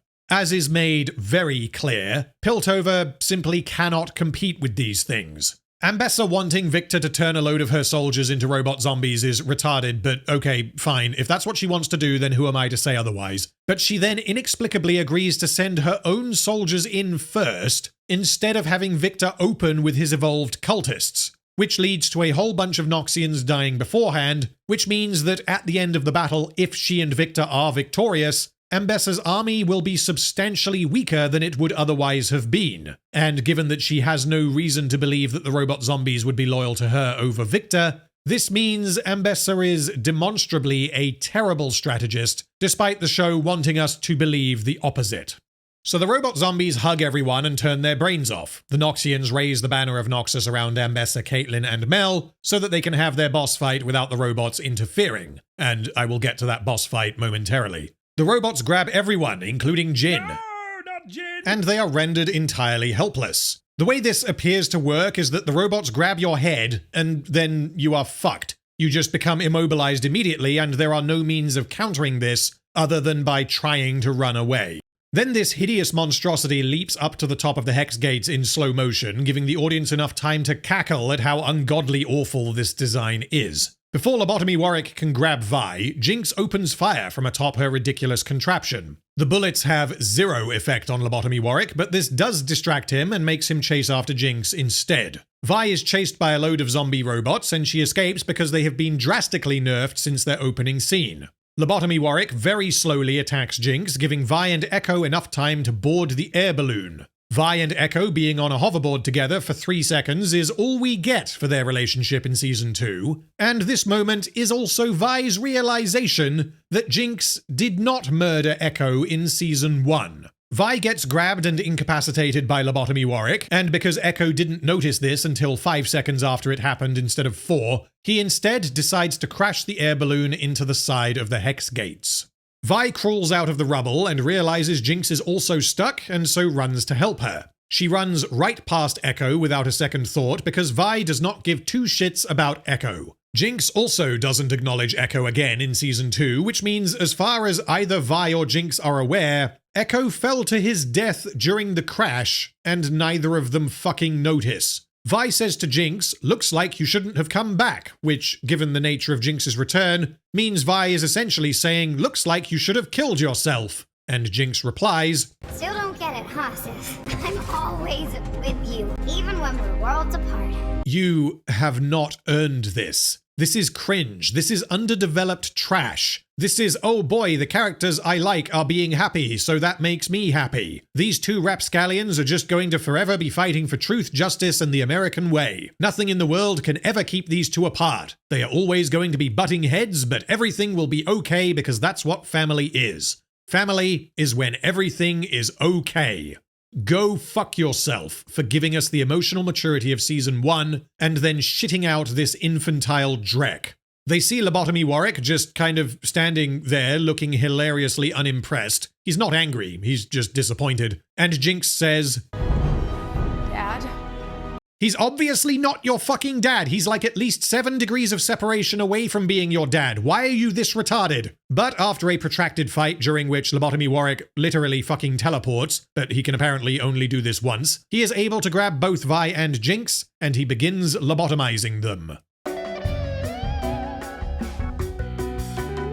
As all of this is going on, we get an epic final showdown between Mel, Caitlyn, and Ambessa. Mel tells Ambessa that she has sacrificed everything, Rictus, Kino, and the city Mel herself built for their family. Ambessa replies that if Mel built Piltover for them, then she wouldn't have fought on the other side. Now, this is a very strange back and forth. Rictus died because of Ambessa's whole hunting Warwick thing. Kino died because of something relating to the Black Rose. So, okay, yeah, I'm happy to accept that she could have sacrificed Rictus and Kino. The city Mel built for their family. This is Mel suggesting that everything she has done in bringing prosperity to Piltover was because she was serving her family, the Medardas, as if she was going to present her mother with Piltover as a gift. This could absolutely be Mel chatting shit to buy time, but this relies upon Ambessa finding it plausible that Mel built Piltover for her, which there is simply no way she would ever buy such a thing. But then things get even more confusing. Mel tells Ambessa, You are no Medarda. Mel's whole deal in Season 1 was that she chose not to be a Medarda. She definitively rejected what her family name stood for. In Season 2, she has instead embraced her other lineage, the magic one, and become a mage because she has magic blood. She rejects one lineage, is told that she has another one, and she's like, oh cool, yes please, which now means she has also reclaimed her family name and heritage despite rejecting it in Season 1, and declared that Ambessa has dishonored their family name. Before Ambessa can start monologuing, Caitlyn twats Ambessa in the face, and she and Mel team up to fight her. Now, before we begin, let's clarify the stakes and power levels as they have been established. Ambessa is by far the most skilled combatant of the three of them. Caitlyn is somewhat adept at martial combat, but we have no suggestion that she received any training other than through Ambessa. And Caitlyn has also just been stabbed, and so Ambessa would be able to defeat Caitlyn without even paying attention. Mel has magical powers that have a limit, I just can't tell you what that limit is. Ambessa has magical runes on her arm that appear to be used to counter magic, although, again, what the limits of these runes are, I can't tell you. The idea of a badly wounded Caitlyn attacking Ambessa is insane, even though this needs to happen because mentor, mentee, mentos, melons, but yeah, Caitlyn should absolutely consider this to be a death sentence. The way Caitlyn should be able to defeat Ambessa is with a fucking gun, not through martial combat. And this is another instance of, I'm sorry, how did we get here from Season 1? How did we get Ambessa fighting in melee versus Caitlyn and Mel, who is also a mage now? Anyway, now that the stakes have been clearly established, let's get into the fight. Ambessa throws her spear so quickly that Caitlyn is not given any chance to respond. Caitlyn would be dead immediately, if not for Mel deflecting the spear into a nearby Noxian soldier. Okay, the first blow has been dealt, and this is for the moment in line with everything I just said. Caitlyn lands some hits on Ambessa, as she is primarily distracted by Mel, being totally unfamiliar with Mel's powers. This also makes sense, as Ambessa knows exactly what party tricks Caitlyn has, because Ambessa trained Caitlyn to fight, which means Caitlyn is only able to do anything while Ambessa is dealing with Mel. Mel does have a shield, but Ambessa is able to push her arm through it due to the magic runes. Caitlyn goes for another strike, but Ambessa turns the knife on her before Mel shields Caitlyn. It appears, however, that Mel didn't quite place the shield in the right spot, despite having previously been shown to have incredible accuracy when placing her shields, as the blade was already partially through the shield, which means Ambessa is still able to drive it towards Caitlyn's eye. Caitlyn then makes the bold move to allow Ambessa to stab her in the eye so that she can grab the runes off her arm and open her up to an attack from Mel. Caitlyn apparently knew that Mel would have been able to take down Ambessa in one hit, provided she gets rid of the runes, which she can't possibly have known because they did not have time to talk about this before the fight. which means Caitlyn lets Ambessa poke her eye out, hoping that this will allow Mel to win the fight. This also requires that Caitlyn is able to remove these runes from Ambessa's arm in one slice, which doesn't make sense because Ambessa will obviously have strapped those fucking things to her arm as tightly as humanly possible. But during this scene, Caitlyn is shown to apply all 7 of the 3 sides of the Noxian strength triangle. She applies speed and force, creating might, to attack Ambessa relentlessly. And at the end of the fight, she represents vision and sacrifice, because through guile, she sacrifices her vision to allow Mel to defeat Ambessa. Oh yeah, it's all coming together. Caitlyn, however, does not move her head very slightly to the right, in a direction away from the knife, because she learned from the Noxian strength triangle that she needs to sacrifice something to be strong. Ambessa tells Caitlyn that she fought well, before realizing that the runes are gone. Mel then says, "A wolf has no mercy," and activates her black rose necklace.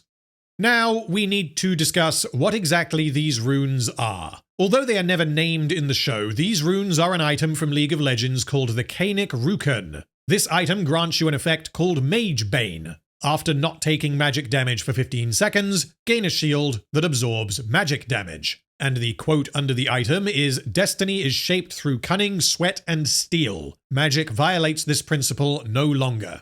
These runes appear to have been created specifically to counter magic users, which makes some amount of sense, given that Ambessa is on the run from a load of mages who want her dead. These runes are used in Episode 3 to dispel Amara's Black Rose magic, and they are used in Episode 9 to block shots from Caitlyn's Hextech rifle. The primary purpose they serve, however, is that they are the single justification we are given for LeBlanc not being able to abduct or assassinate Ambessa until right now.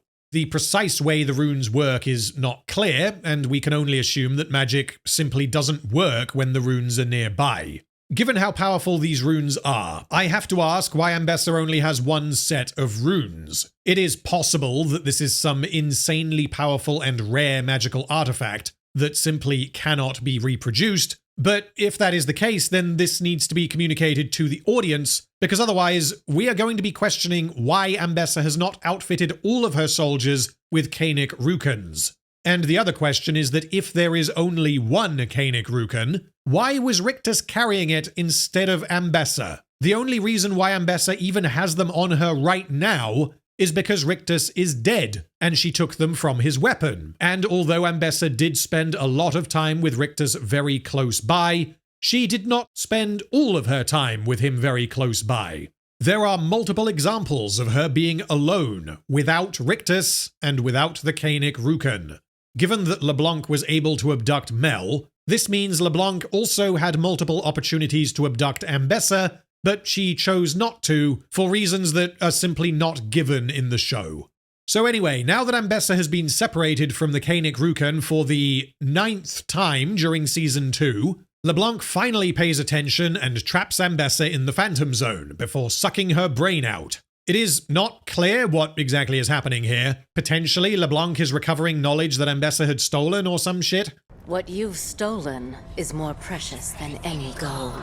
But again, it is pointless speculating because the show gives us basically nothing to work with. Then Mel unexpectedly also enters the Phantom Zone. LeBlanc tries to restrain Mel, and Mel says, "I see your face, deceiver," before exploding LeBlanc and freeing her mother. Ambessa then collapses and dies, and I can't tell you why. The only potentially fatal blow that was dealt was LeBlanc sucking her brain for a few seconds before Mel interrupted her, which means I have to assume that LeBlanc can kill people by snapping her fingers and sucking out their life energy. Now, Mel went into this fight planning to do this, regardless of when exactly she decided to turn on LeBlanc. This was all pre-planned and was reliant upon her knowing exactly how to use her magical abilities that she repeatedly says that she does not understand. And rather amusingly, when Mel got sucked into the Phantom Zone in Episode 3, she was teleported across the continent. And so had this happened with Ambessa, Mel would have just been standing in Piltover like, shit. As she dies, Ambessa tells Mel that she has finally become the wolf. This has been alluded to multiple times. He fancies himself a fox among the wolves. If you want to last in this world, you must learn to be both the fox and the wolf. A wolf has no mercy. still a fox.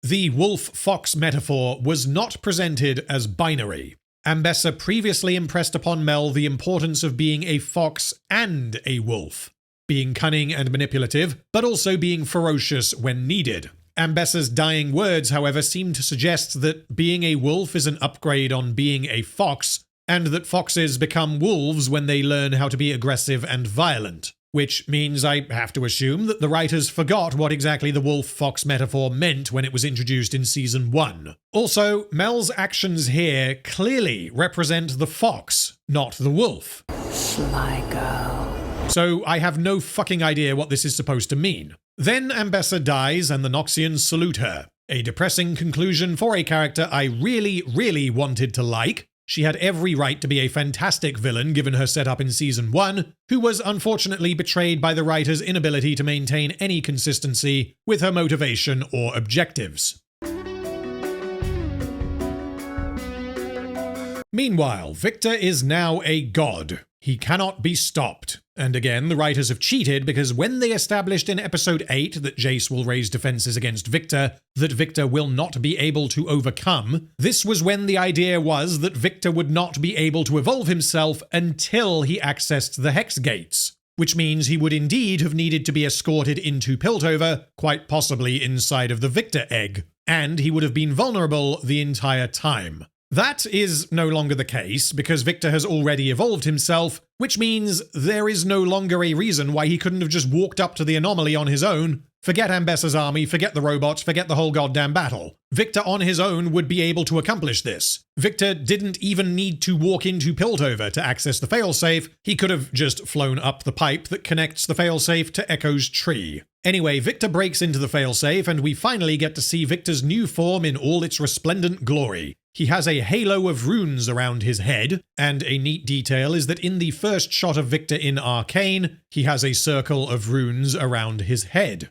As with many things in Arcane Season 2, the problem is not where the story and characters went, it is how we got there. Viktor says he is pleased to see Jayce, and Jayce replies, "There must be some part of you still in there." Yeah, if you believed that, then why did you shoot him in episode 6? Anyway, Viktor considers his actions to be an end to cruelty and injustice. He believes deleting people's humanity and lobotomizing everyone is the ultimate way to help people and end their suffering. The reason he became convinced of this is because of the events of episode 6, which occurred because Jayce shot Viktor instead of talking to him, which presumably future Viktor knew was going to happen, which really means Viktor convinced himself that lobotomizing everyone is a good idea. As Viktor speaks, Jayce continues shutting down the Hex Gates. The way this appears to work is that he needs to remove all of the canisters and it will power down, which means I have to not only question why this wasn't done earlier, but I also have to question why Jayce is the only person here doing it. We also have to assume that Viktor knows just as much about this thing as Jayce does, if not more, as they were both involved in its construction, so I simply don't know why Viktor wouldn't be able to just plug them all in again and turn the Hex Gates back on, which is, that's exactly what he does. So why the fuck didn't Jayce see this coming again? Anyway, Viktor grabs the anomaly and puts it in his staff. This apparently causes gravity to stop working because both of them start flying up the pipe to the surface. Viktor has at this point committed to his course of action, and Jayce has made it very clear that he is going to do everything he can to stop him. As they fly up to the top of the Hex Gates, Viktor attempts to laser Jayce in the face, which confirms that he is indeed trying to kill Jayce, which means Jayce should be dead. He is engaged in fisticuffs with a god that can lobotomize him by simply touching his head, and yet he does not do this. Upon reaching the top, Viktor shoots the anomaly into the sky and it does big evil magic. Everyone gets lobotomized, but for real this time. Viktor could already do this to people, but presumably he needed to make physical contact to do so. Throwing the anomaly into the sky now means that he can do this remotely, and I don't understand why this would be the case, but it is. Viktor has also decided somewhere along the line that he needs to lobotomize everyone regardless of their willingness, as his robots are currently making the unwilling willing. Viktor also targets the Noxian soldiers, which is obviously what would happen, but Ambessa did not consider this because Ambessa was an idiot. We see Savika, Mel, Caitlyn, Fishman, and Jin all get grabbed by the arcane tendrils. followed by Jinx and Vi. Basically, everyone gets lobotomized by Viktor, which means Viktor has won, and the credits roll. Viktor grabs Jayce and shows him reality as he experiences it. He says that he knows everyone's minds, they want better lives, but emotion clashes with reason. This is why he has decided to remove the capacity to make decisions from all sentient life, so that everyone can coexist as emotionless, lobotomized servitors. Jayce then tells Viktor, "You've always wanted to cure what you thought were weaknesses. Your leg, your disease. But you were never broken, Viktor. There is beauty in imperfections. They made you who you are. An inseparable piece of everything I admired about you." Wow, that's really insensitive. Now, there are many arguments Jayce could have made. One argument is that if you remove emotions and the capacity to make decisions, then you remove the ability to enjoy life, because you are not alive in the conventional sense. But Jayce has instead decided to try to argue that Viktor's turbo cancer was not actually a weakness. Viktor's terminal illness was a beautiful imperfection, you see. Without getting turbo cancer, Viktor would never have been combined with the Hex Core, which actually means that from Jayce's perspective, Viktor's beautiful imperfection directly led to Viktor trying to lobotomize all sentient life. But don't worry, it's just a beautiful imperfection. You fucking spanner, go back to making hammers. What made Viktor admirable was not the fact that he was terminally ill. It was that he was so driven to innovate in an effort to cure himself. Also, Jayce has himself removed or repaired imperfections, obviously, because that is human nature. And when Jayce broke his leg in the Apocalypse universe, he didn't say, "Ah, yes, finally, another beautiful imperfection." And the problem with Viktor's actions is not that he is solving problems through removing imperfections. The problem is that he has a warped view of what an imperfection is, as he believes that humanity itself is the imperfection that needs to be corrected. What Jayce needed to do here is accept and agree that yes, obviously Viktor wanting to fix his leg and cure his turbo cancer was a good thing. The problem is that he has gone so far beyond that to where he is now trying to cure humans of their humanity. He is going to delete the capacity to think and feel, believing that this will eliminate suffering. And Viktor is correct. This would indeed eliminate suffering, but he has not considered the cost of doing so. That is what this conversation should be about.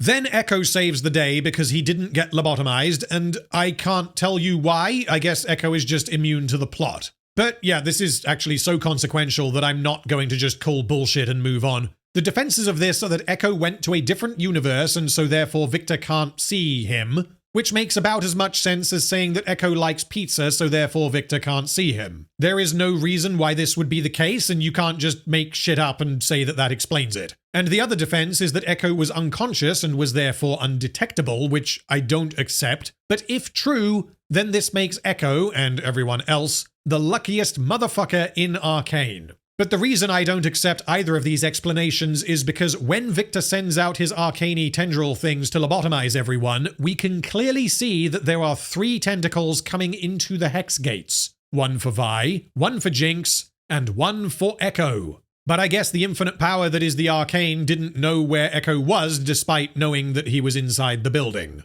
This is one of the most contrived parts of the entire story, and it is also one of the most consequential parts of the story, because the writers have made Viktor and his robots inescapable. They are ludicrously overpowered due to their strength, speed, and their ability to disable you by simply touching you. But Ekko escapes because he just kind of does. So anyway, the robot zombies try to grab him, and he repeatedly uses his time machine to try again, but finds himself stuck in a loop where 4 seconds is not enough to escape. Oh no, whatever will Ekko do? Well, because the Z-Drive has been established as a magical device that will do whatever the plot needs it to do, Ekko decides to turn the dial way the fuck up beyond the 4-second limit, even though this previously exploded Heimerdinger but not really, and so he has no idea what could happen. Presumably the reason he is able to do this is because there is no Heimerdinger nearby to explode, which means he can now go back more than 4 seconds, and he then throws the time machine containing a tiny anomaly at Viktor. Viktor says, "That device can't be." As if it is incomprehensible to him, even though all it took was Ekko and Donger tinkering in the alternate universe for a bit, There is nothing special about this device that could not be replicated by someone sufficiently intelligent, such as, oh, I don't fucking know, Viktor. But anyway, the Z drive explodes for some reason, and part of Viktor's face is blown off. Mission accomplished. I have no idea what Ekko was trying to do, because Ekko doesn't seem to know what is going on or why. He returned from the Happy Fun Time Bad Writing universe. This space wizard showed up and started hacking everyone's brains, and so Ekko decided to throw his time machine at the space wizard, hoping that something good might happen. Viktor subsequently loses focus and Jayce's mind is freed. Jayce tells Viktor that he previously wanted to bring magic to the world, but now all he wants is his partner back. If only, back in episode 6, Jayce had said, "Hello Viktor, please stop, I want my partner back," instead of fucking shooting him, then all of this could have been avoided. Speaking of a nice easy way to avoid all of this, Jayce gives Viktor a hug, and this zaps a load of visions into Viktor's brain, revealing the horrific consequences of his actions. I can't tell you why he did not do this in episode 6, because future Viktor must have known that he can read minds. We then flash back to the end of episode 7, and we need to remember that although the show concealed this conversation from us in episode 7, Jayce learned all of this prior to returning to the original universe at the end of episode 5. This is where we get the reveal that the mage who saved Jayce was Viktor, although I need to stress that this is almost certainly not the same Viktor that we have been following through Arcane. This is almost certainly an alternate universe version of Viktor who destroyed his own universe and is now trying to save the other universes. He tells Jayce, "I thought I could bring an end to the world's suffering, but when every equation was solved, all that remained was fields of dreamless solitude. There is no prize to perfection, only an end to pursuit. In all timelines, in all possibilities, only you can show me this." This means at the end of episode 7, future Viktor explained to Jayce that the glorious evolution is a bad idea, because he believed that Jayce was the only person who would be able to convince Viktor that the glorious evolution is a bad idea. So, having now learned that the glorious evolution is a bad idea, Viktor tells Jayce to leave. Jayce, however, returns the gem Viktor gave him as a child, and says they will finish this together. This presumably means future Viktor gave young Jayce this gem knowing that it would be the key to stopping him. The gem reacts violently with Viktor in the quantum realm. Viktor and Jayce hold the gem together. Everything goes pop. Jayce and Viktor appear to get sucked into a black hole, the robot zombies drop dead, and everyone stops being lobotomized. And although this scene does appear to depict the deaths of Jayce and Viktor, I am rather skeptical, because Viktor so far has died, got revived by bullshit, died, got revived by bullshit, and then died again, so forgive me for doubting that he will stay dead. Now that we have had the grand reveal of future Viktor's plan, I need to highlight some problems with it. There is no way I am going to catch everything, but here goes. These problems exist regardless of how many universes there are, and regardless of exactly where this future Viktor came from. So, future Viktor attempts multiple times to prevent the apocalypse in the original universe by giving different runes to Jayce after saving his life. Regardless of what happens with the runes, this will have led directly to Viktor creating Hex Tech, which then will have led to Viktor becoming combined with the Hex Core. Had future Viktor simply left Jayce to die in the snow, then this would have solved the problem. No Jayce, no Hex Tech, no apocalypse. But okay, maybe future Viktor does not consider it acceptable to just let Jayce die as a child. So then why does he not stop himself? Future Viktor has the ability to send Jayce to and from alternate universes, which means he must be able to do the same. Which means he could just show up at any point in Viktor's life and explain, "Hey bro, I know you think the Hex Core is a really good idea, but trust me, don't go there. Also, here's the cure for turbo cancer." Alternatively, if this is not possible for some unknown reason, why does future Viktor not bring original Viktor into the Apocalypse universe to show him directly the consequences of his actions? Alternatively, if the rules for traveling to other universes are that you must inhabit the body of your alternate self, provided they are alive, then one option would have been for future Viktor to zap himself into Viktor from the original universe and simply replace him and not try to take over the world. This would not be ideal, as it would delete Viktor from his universe, but this is absolutely preferable to destroying the world. And you may be thinking, well, maybe Viktor can't go back in time and fuck with things, except that yes, he can. He absolutely can. Because he does this when he saves Jayce in the snow. When future Viktor met Jayce in the alternate universe, he was pretty specific about what Jayce needed to do. He said, you need to make Viktor understand that he can't end suffering and that the cost is not worth it. And so, naturally, Jayce went back to the original universe and just shot Viktor immediately without any discussion, and this is what directly led to Viktor taking the actions he takes in Act 3.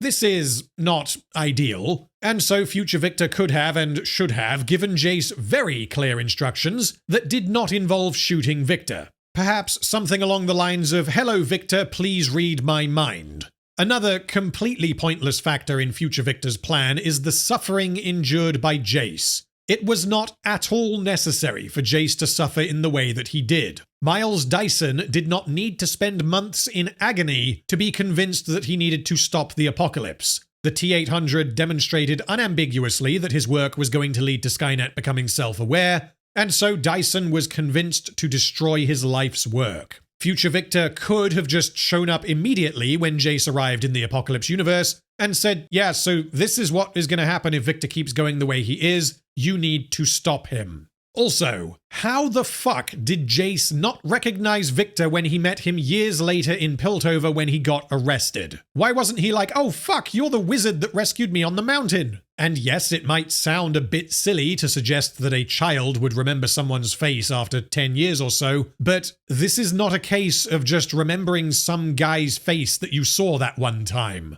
Jayce views his being rescued on the mountain as the most important event in his life. It changed him fundamentally, and it is the event that informed all of his decisions made prior to and during Season 1. He was inspired by this mysterious mage to harness that kind of power using science so as to be the mage for other people. He wanted to save others the way he had been saved. So this mage was a critically important figure in Jayce's life, despite only knowing him for a couple of minutes, and yet he just forgot what the mage looked like. Ah, but you see, the angle and the lighting made it so that we can't see the mage's face, so therefore neither can Jayce. Well, I'm sorry to tell you that that isn't how anything works. Most children around the age of 6 or 7 develop an understanding that people can have different perspectives to their own based on different information, which means if you honestly think that Jayce stood in front of this guy and directly interacted with him but was still not able to see his face, then you need to go back in time and redevelop your brain because you clearly missed a few steps.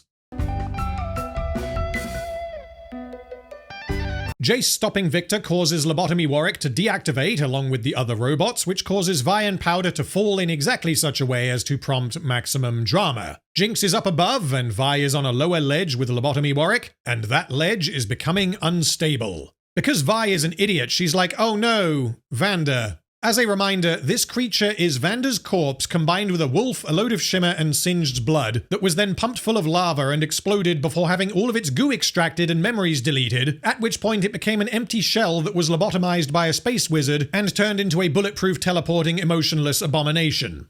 Vander has been dead for the last 16 fucking episodes, and we are still doing but he's my dad.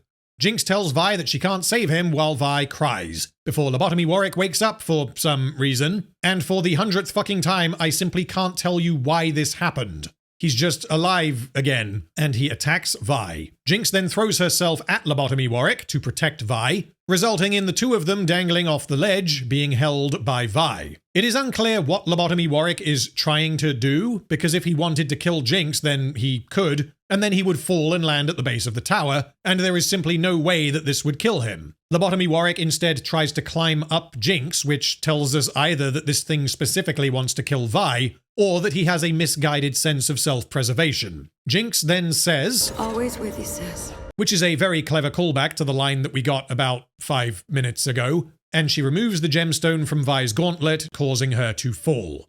Jinx embraces Lobotomy Warwick, and she remembers Vander. She then pops one of her bombs and blows them both up. Apparently, Lobotomy Warwick, who was previously shown to be indestructible given the damage he took, dies from Jinx's explosion, which I don't buy at all, which means there is going to be an indestructible Lobotomy Warwick running around Piltover forever. In the aftermath, we see the survivors collecting the names of those who died and burning them in memory. Jin survived. Ekko sits alone on the ledge where he sat with alternate powder, holding a piece of paper with Jinx's name on. He lights it and pays tribute to her sacrifice because of how much Jinx means to him, as of yesterday. However, he does not write down Heimerdinger's name because Ekko is a prick. The council is reformed, now consisting of old woman, old man, younger man, robot lady, Savika, and Shula. There are 2 empty chairs, one is presumably for Caitlyn, and the other, I guess, was Mel's because Mel has now returned to Noxus. So I've got 2 questions for you. How and why is Savika on the council? And the answer to both questions is because she is. This is how it all ends. This is the conclusion of the story for Zorn and Piltover. They decided to be cool with each other, even after Piltover forcefully occupied Zorn for anywhere up to about a year, and then they were like, whoops, sorry, please help us fight God, and then they defeated God and failed to capture the person they were looking for, which means everything worked out, what a happy end. Singed has resurrected his daughter. I think he managed to do this using the goo he took from the Viktor egg in episode 8. But yeah, good for you, Singed. You got exactly what you wanted after inflicting incredible amounts of suffering on other people. As for why she is a robot, I don't fucking know. I guess Viktor turned her into a robot off-screen somewhere. This girl is going to wake up and say, hello, daddy, how did you bring me back? And Singed will smile and pat her on the head, recalling all of the things he plugged into other things that allowed him to do this somehow.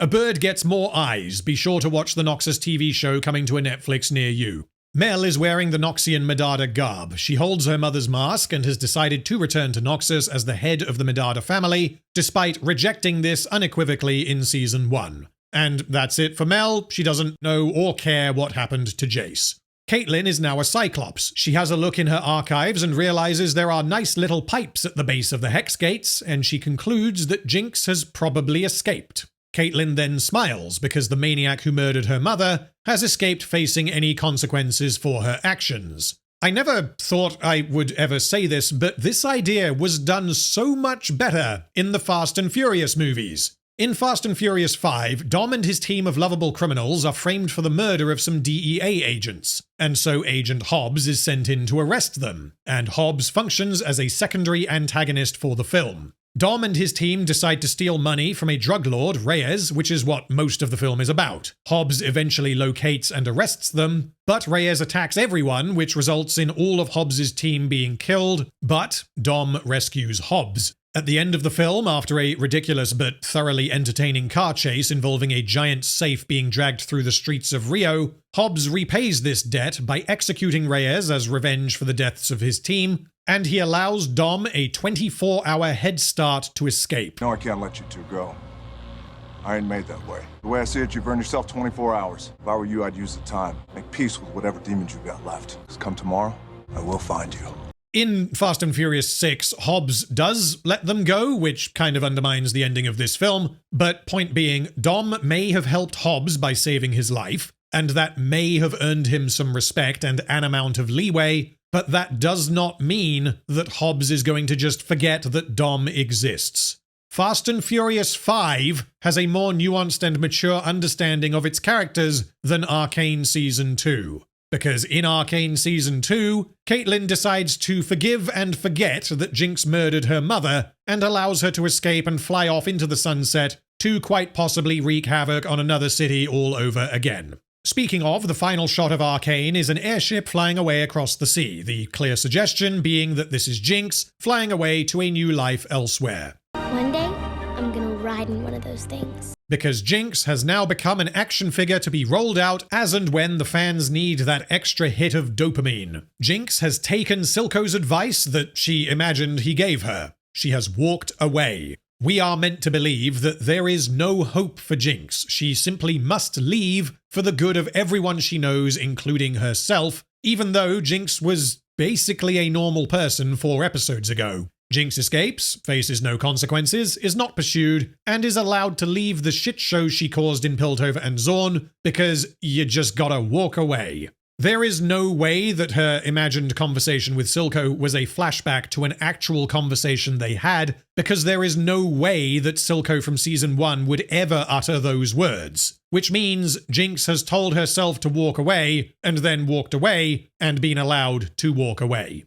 Walking away does not mean escaping the consequences of your actions. It means knowing when it is time to stop fighting and allowing yourself to face the consequences of your actions. Season 1 understood this, as this is exactly what happened with Vanda. Season 2, however, is a confused mess that is so desperate to have a nice happy ending that it avoids having Jinx ever come to terms with what she did or why. She does not try to make anything better other than by leaving. If I accidentally ran over someone in my car, there would be a path to redemption. It would involve understanding why I hit this person. Was I driving dangerously? Was I drunk? Was I distracted? Was my car roadworthy? All questions that would need exploring. Do I feel remorse? Do I understand what happened, and can I ensure that it does not happen again? What can I do to make this person's life better? Can I be forgiven? Can I help to make sure other people don't make the same mistakes that I did?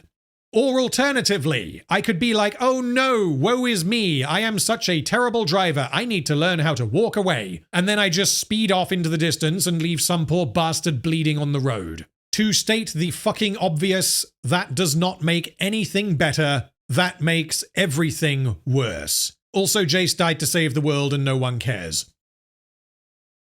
It should be relatively easy, conceptually possible, let's say, to write a follow-up to the fantastic first season of Arcane without assassinating every single main character. So, let's go down the list by screen time to find the character with the most screen time who was not destroyed by the end of Season 2. Caitlyn, destroyed. Jinx, destroyed. Vi, destroyed. Jayce, destroyed. Ambessa, destroyed. Mel, destroyed. Isha doesn't count, she isn't a character. Viktor, destroyed. Ekko, destroyed. Savika, destroyed. Maddie and Steb are both new characters, so they don't count. Singed, damaged.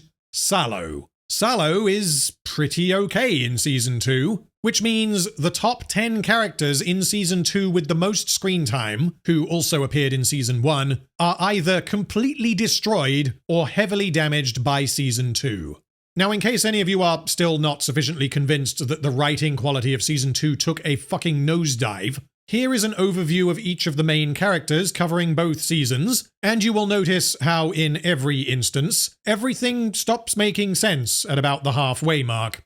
Caitlyn was a rookie enforcer who wanted to prove herself. Her mother got her fired after Jinx's explosion, fearing for her safety, but Caitlyn persevered and continued investigating as a civilian. She met Vi and learned about the plight of the Undercity, as well as Vi's history. She formed a tenuous alliance with the Firelights and brought her findings to the Council. Their lack of response caused a rift between her and Vi, leading to their separation. She is abducted by Jinx, who then blows up the Council. Caitlyn is very angry because Jinx killed her mother, and so she forms a strike team to hunt down Jinx after deciding that she has a greater authority than the Council. To achieve this, she gasses the people of Zorn. After Vi prevents her from shooting Jinx, Caitlyn cuts ties with Vi before a foreign warlord promotes her to the Supreme Overlord of Piltover. She and Ambessa oversee an invasion of Zorn, but fail to capture Jinx. She eventually turns on Ambessa because she misses Vi. She forgives Jinx for killing her mother, and she and Vi have sex. When Ambessa invades Piltover, Caitlyn teams up with Mel to bring her down. Caitlyn is shown to be happy when she realizes that Jinx escaped, and she does not seem to notice that Jayce sacrificed himself to save the world. Powder was a nervous outcast as a child who was desperate to prove her usefulness to her friends and family. This led to her accidentally causing their deaths after attempting to help them on a rescue mission, during which she had been told to stay at home. She is then abandoned by her sister and adopted by Silco, who empathized with her being betrayed by her sister. She gained a reputation as a psychotic and unhinged mass killer in Silco's employ, before learning that Vi is not dead, as she had previously been told. She attempts to reconnect with Vi, but this falls apart due to her paranoia regarding Caitlyn and the unfortunate attack from the Firelights. She is badly injured following a confrontation with Ekko, and is healed by Singed by being pumped full of shimmer, granting her increased speed and agility. She then abducts Silco, Vi, and Caitlyn in an effort to get her family back, which tragically results in her accidentally killing Silco, and in the depths of despair, she decides to burn everything down and she fires a missile at Piltover. Then, a kid falls on her head, and she learns that actually life can be pretty cool. She forms a sisterly bond with this child who idolizes her and wants her to be the savior of Zorn, and also learns to harness and channel her mental illness and use these powers for good. The child eventually blows herself up, which makes Jinx sad again, and she commits to ending her own life. Jinx is then convinced by Ekko not to kill herself, and she and the Firelights team up and join the battle for Piltover. Jinx ultimately sacrifices her life to save Vi, but manages to escape and flies off towards the horizon on an airship. Vi was a troubled youth who despised the Enforcers and Piltover. She lost her family when Powder accidentally blew them up, causing her to walk away so as to get her head straight before being apprehended by Marcus. She meets Caitlyn and helps her investigate Silco, with her true goal being to locate her sister. After gathering evidence, she chooses to stay in Zorn to find Jinx before taking Caitlyn into Piltover following Jinx's attack on the bridge. Vi fails to convince the Council to help, but allies with Jayce, and the pair lead a raid on a Shimmer facility, after which Jayce returns to Piltover. Vi avenges Vander by defeating Savika, but is then abducted by Jinx. She fails to talk her sister down due to her lack of understanding as to what caused Jinx to become who she is. Vi then returns to Piltover with Caitlyn. She wants to hunt down Jinx herself, but decides to join Caitlyn as an enforcer in an official capacity. She uses chemical weapons to gas her home, and eventually locates Jinx. She prevents Caitlyn from shooting Jinx due to the risk of Isha being caught in the crossfire, causing Caitlyn to abandon Vi. Vi then falls into a spiral of violence and alcoholism, which she escapes after Jinx leads her to Warwick and she realizes that Warwick is Vander. She attempts to heal Warwick by visiting Viktor, but is unsuccessful following intervention from Jayce and Ambessa. She reunites with Caitlyn and they return to Piltover. Vi realizes that Jinx is going to kill herself, and she then has sex with Caitlyn in Jinx's cell instead of trying to stop her. Vi fights against Ambessa and Viktor's army, culminating in Jinx sacrificing herself to save her.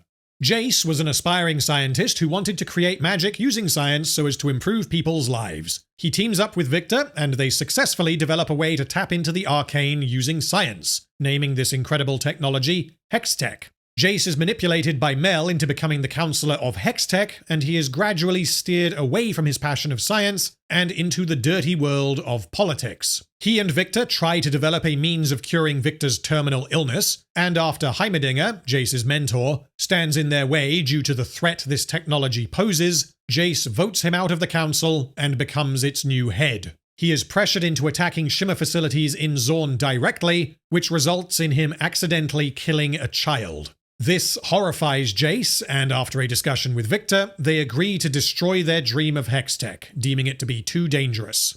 In a desperate effort to avoid a war, Jayce makes a very one-sided peace offer with Silco, offering him everything he wants in exchange for Jinx. Jayce is subsequently blown up following Jinx's attack, but he is saved by Mel's magical powers. Jayce fails to attend any further council meetings despite his desperation for peace. He uses Hextech to save Viktor's life, but Viktor does not approve and leaves. Rennie, the mother of the child Jayce killed, attacks Piltover and attempts to avenge the death of her son, and Jayce narrowly escapes with his life. He does not tell anyone why this happened, and instead creates more Hextech weapons for Caitlyn to use during her incursion into Zorn. Jayce is then zapped into an alternate universe, during which he learns that Hextech will destroy the world. He returns to his original universe, and instead of communicating any of this to Viktor, he decides to murder Viktor in an attempt to prevent the apocalypse. After Viktor is resurrected, Jayce forms an alliance between Piltover and Zorn and confronts Viktor at the Hex Gates.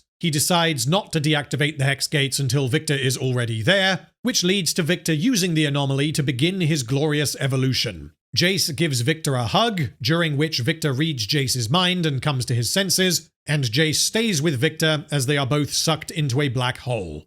Ambessa was an ambitious Noxian general who traveled to Piltover in search of weapons that would aid her in her conflict with the Black Rose. She manipulates the various political leaders and stages a false flag attack so as to enable her to gain power and influence over the city, inexplicably targeting this attack at one of two men capable of building Hextech weapons for her. Ambessa forgets that Viktor exists and does not contact him. After Singed unleashes Warwick, Ambessa hires Singed to track the beast down so that she can use it as a weapon. This leads to the death of her bodyguard, Rictus. Enraged, Ambessa teams up with Viktor and attacks Piltover despite hating mages. She confronts Mel and Caitlyn, loses, and dies for seemingly no reason.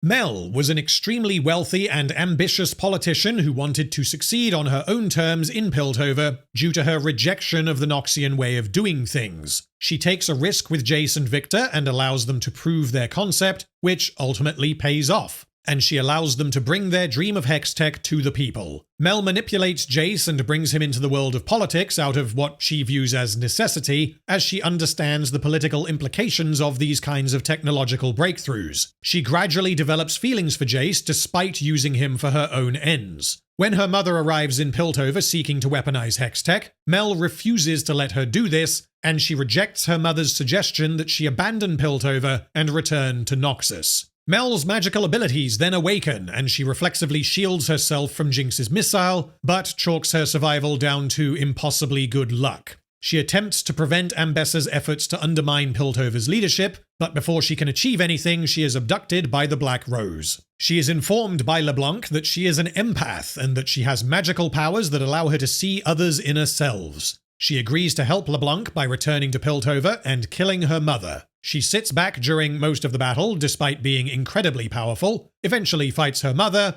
and is able to facilitate LeBlanc abducting Ambessa. Mel then double-crosses LeBlanc and defeats her, before assuming her mother's place as the head of the Medardas and returns to Noxus. Viktor was a scientist who helped Jayce create Hextech. He gradually became aware that he was terminally ill, and this prompted him to become more extreme in his research, culminating in his creation of the Hex Core and his bonding it with his own blood, and injecting Shimmer into himself to heal his leg that had been crippled since childhood. This leads to the death of Skye, his assistant, and in his grief he asks Jayce to promise to destroy the Hex Core, as he cannot. Viktor is mortally wounded following Jinx's attack, but he is saved after Jayce combines his body with the Hex Core. Viktor does not approve of this, believing that he should have died. He experiences visions and is guided into Zorn, whereupon he realizes that he has magical cosmic powers, and he begins healing the populace. A few months later, Jayce shows up and shoots him. This causes Viktor to realize that human nature is an ailment that he needs to cure, and so he allows Singed to transform him into a transcendent magic robot, intending to cure anyone who is willing. He teams up with Ambessa to attack Piltover in order to access the anomaly, believing that it will grant him the ability to transform into a transcendent magic robot, even though he has already done that, and somewhere along the way he decides to cure both the willing and the unwilling. After reading Jayce's mind, Viktor comes to his senses and stops what he is doing, destroying both himself and Jayce. Ekko was a child who grew up in Zorn alone following Benzo's death. He formed the Firelights and set about helping as many people escape the suffering of Zorn as he could. He confronted Jinx and narrowly escaped with his life. Ekko grew worried upon seeing magical corruption on his tree, and he visits Jayce to investigate. The tree is never mentioned again. Ekko is then teleported to an alternate universe where he takes advantage of an alternate version of Jinx and accidentally invents a time machine before being teleported back to the original universe. He convinces the original version of Jinx not to kill herself and teams up with her in the battle. Ekko inexplicably does not get immobilized by Viktor's glorious evolution, and he is subsequently able to overload his time machine before throwing it at Viktor. It explodes, and this allows Jayce to defeat Viktor. Sevika was a gangster who lived in Zorn and despised the Enforcers and Piltover. She turned on Vander in favor of Silco, as she did not approve of Vander's peaceful approach. She works for Silco for years and repeatedly tries to make him understand that Jinx is putting all of his work at risk through her unhinged antics. After Silco dies, Sevika does not ever suspect that Jinx had anything to do with his death, and the two instead team up to defeat Vi and Caitlyn. Sevika realizes that Zorn views Jinx as a symbol of rebellion, and she seeks to leverage this to push the Enforcers out of Zorn for good. She helps Jinx break everyone out of prison and rescues Isha. Sometime later, Sevika is summoned by Jayce to attend a council meeting in Piltover, and she attends but declines to help fight against a world-ending threat. She regroups with Jinx and Ekko, explains what happened, and they all team up to protect their home. Sevika is then appointed onto the council as a representative of Zorn.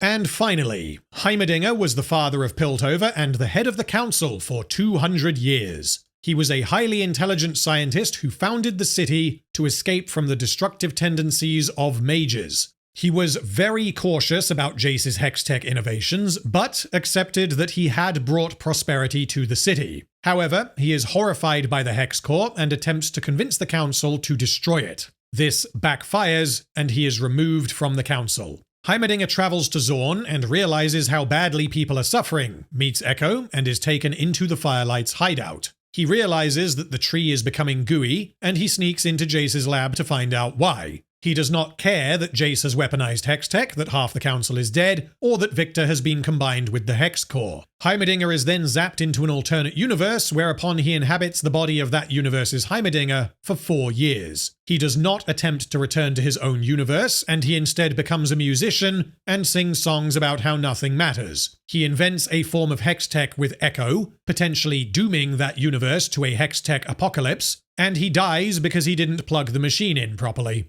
As always, I calculated some screen time data for both seasons. This data does include flashbacks, as these flashbacks provide character information for the characters in question, even if those characters are dead by the time we get to season 2. However, I chose not to include any of the characters who appear in the alternate universe during episode 7, because, for example, the alternate version of Powder is a different character, and so her actions do not tell us anything about the original Powder. This data also omits hallucinations, where one character imagines another character doing something for the same reason, and anytime someone has been incapacitated in the form of mind control, is knocked out, or is of course dead, then this does not count towards their screen time. Okay, so here we go. This is all of the characters that appear in season 2, and these are the 9 episodes with the total at the end. As you can see, Caitlyn, Jinx, and Vi are up at the top, bit of a drop-off down to Jayce, and then we have Ambessa, Mel, Isha, Viktor, Ekko, and then a big drop-off to Sevika, and then we're getting into the truly secondary characters. And the reason why characters like Maddie and Steb have a surprisingly high screen time is because they're in the background during a lot of the longer action sequences, and here I've color-coded it by how much screen time they get in each act. So a massive amount of Caitlyn's screen time is Act 1, and then she does relatively little in Act 2. Act 2 instead is predominantly focused on Jinx and Isha, who obviously doesn't appear after Act 2. Mel is pretty much absent in Act 2, most of what she does is in Act 3. Ambessa is pretty evenly split, and then you have other characters like Ekko who do basically nothing in Act 1. They are not in Act 2. And then they are incredibly important in Act 3. And finally, this is both seasons added together. We have Vi at the top with nearly 3.5 hours, then Jinx with 2 hours 50, Caitlyn with 2.5, Jayce with 2 hours 15.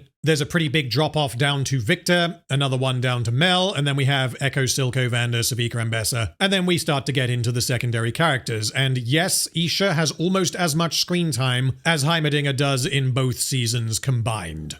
So, what kind of conclusion can I possibly draw for Arcane Season 2? Once upon a time, these people were characters with wants, needs, and relationships. Now they have been almost universally reduced to caricatures, action figures, playthings, video game pixels moved around arbitrarily and leveraged in the name of feels. Mel and Jayce both literally got thrown into plot holes for half the season. The only characters who are an improvement on Season 1 are very minor characters like the Chem Barons, who do essentially nothing in Season 1.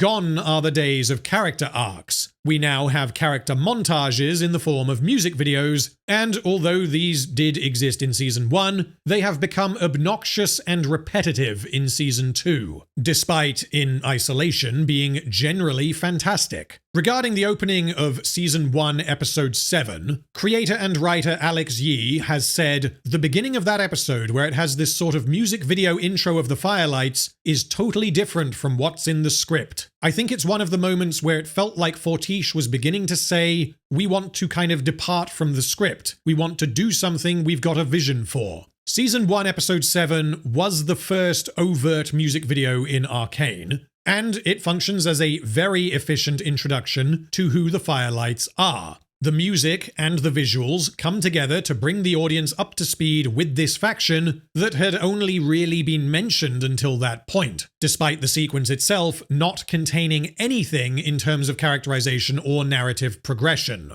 Conversely, Season 2 features a fucking ton of music videos. Cassandra's funeral, the Chem Barons battling for Zorn, Caitlyn's strike team trying to find Jinx, Piltover engaging in military occupation of Zorn, Vi becoming an alcoholic pit fighter, Viktor healing Warwick, Ekko investigating the lab while Jayce explores the post-apocalypse, Ekko, Heimerdinger and Alternate Powder creating a time machine, Viktor becoming a god, Jinx preparing to kill herself. All of these are very important moments either for the characters or the world itself, and they are glossed over and summarized in a music video, which is not at all how the Firelights music video was used in Season 1. This suggests that the producers decided to condense major character moments into music video montages so as to propel the narrative forwards as quickly as possible, seemingly without realizing that they were creating a disconnect between the story they wanted to tell and the story they were actually telling.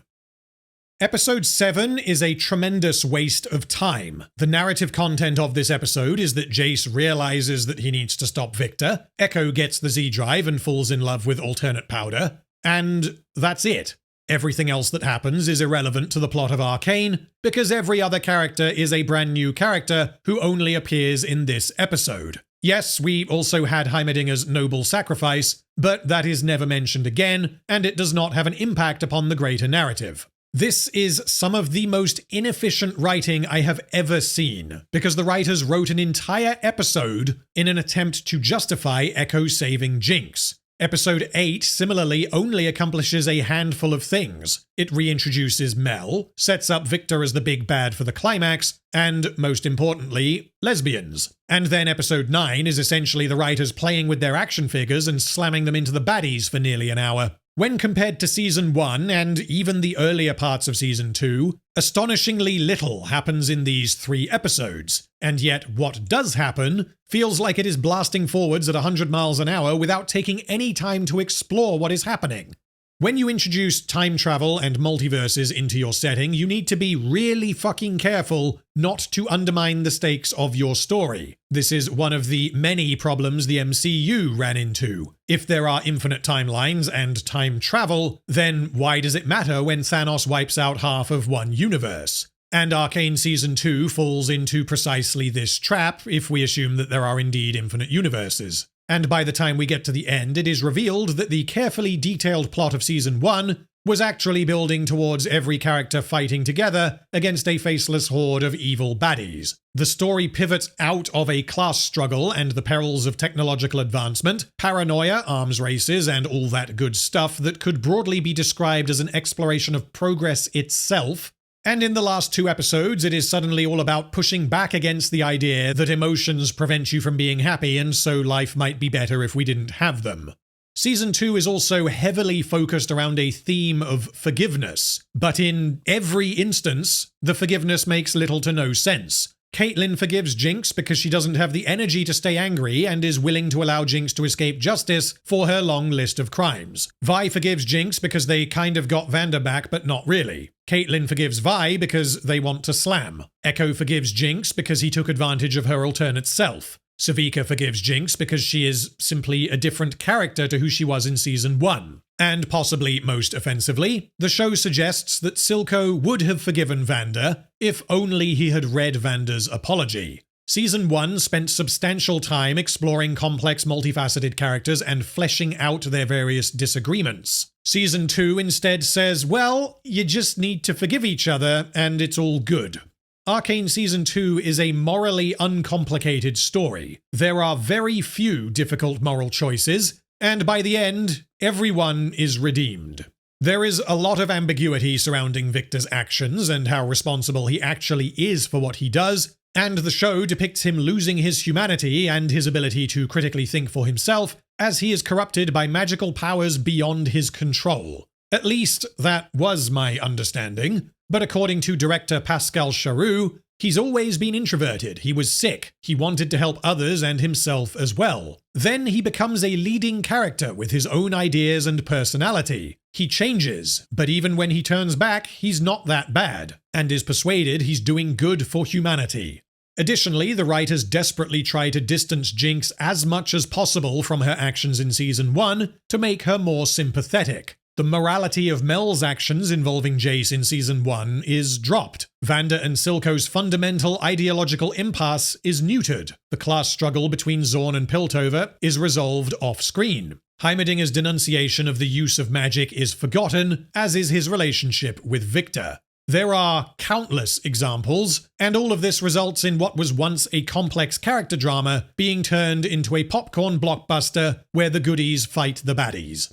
Now, some of you may be thinking, but Random, all this talk of characters behaving out of character and bungled plot developments is meaningless. I watched Arcane Season 2, and it made me feel things. There are, of course, going to be a lot of people who had an emotional reaction to many of the scenes in Season 2, as was the case in Season 1. What I cannot do, nor would I if I could, is take your feelings away from you. My intention with my Arcane videos has been to explore why many such scenes in Season 1 were emotionally effective, and to find out why, despite the clear efforts of the animators and the voice actors, I felt nothing during similar scenes in Season 2. But I certainly appear to be in the minority, and vastly so. IMDb is not the be-all end-all for audience reception, but I find the data for Arcane very telling because it suggests that the same people generally loved both seasons, as we can reasonably assume that very few people rated Season 2 but did not also rate Season 1. So here we have the average number of ratings for each episode across both seasons, all very comparable. The average for Season 1 is 34,400 ratings, and the average for Season 2 is 35,000. And if we look at the ratings given, 3 episodes currently have a 9.7 out of 10. Season 1 episodes 3 and 9, and Season 2 episode 6.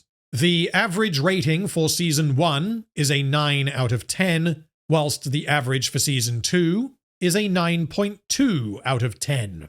What generally happens is that audience ratings on these websites start off artificially inflated because of hype, and because if you watch a film on opening night, then odds are you are more likely to enjoy it than if you can't be bothered to watch it until 5 years later on a streaming service. If you see a film or TV show very early on, you are almost certainly more invested and therefore more predisposed to like what you saw. As the weeks go by, people who are less invested will watch the film or the TV show, and the rating will generally go down a bit as the overall number of ratings goes up.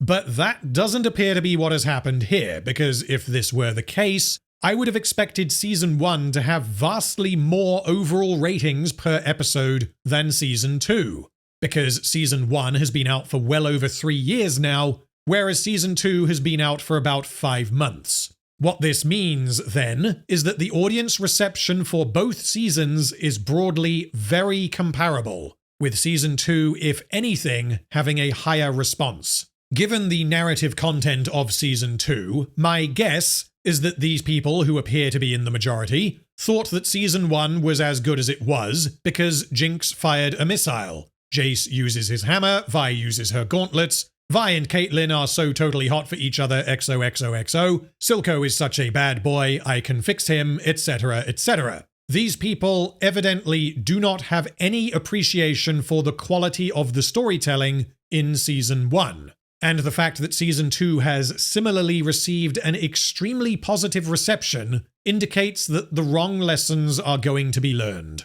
You don't need to tell a coherent story, provided you have the scene where Ekko and Jinx kiss.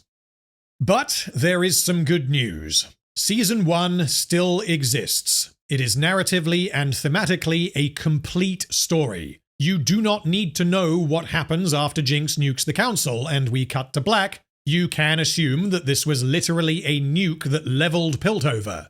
You can assume that this wiped out the council and the two cities became engaged in a very bloody war that did not have a happy ending. The ending of Season 1 can absolutely be viewed as a tragedy, and for the most part the character arcs are complete enough without us needing to acknowledge Season 2.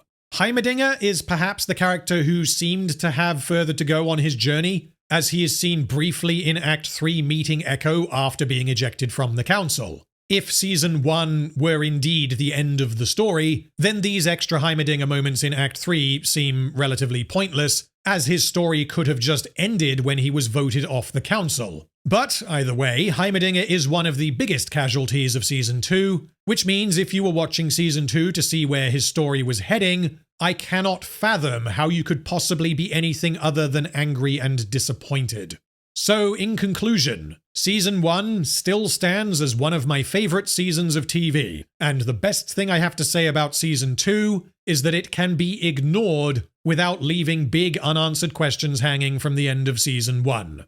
Arcane Season 2 is the biggest downgrading quality that I have ever witnessed from a single season of a TV show.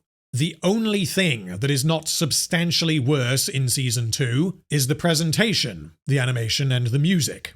But the purpose of animation and music is to evoke emotions, and to assist you in telling your story. And if the story you want to tell is shit, then it doesn't matter how creative or artistic the animation is. A good story is timeless, which is why I believe that Season 1 will be remembered as something very special, whereas Season 2 will be forgotten as, wait, that show had a Season 2?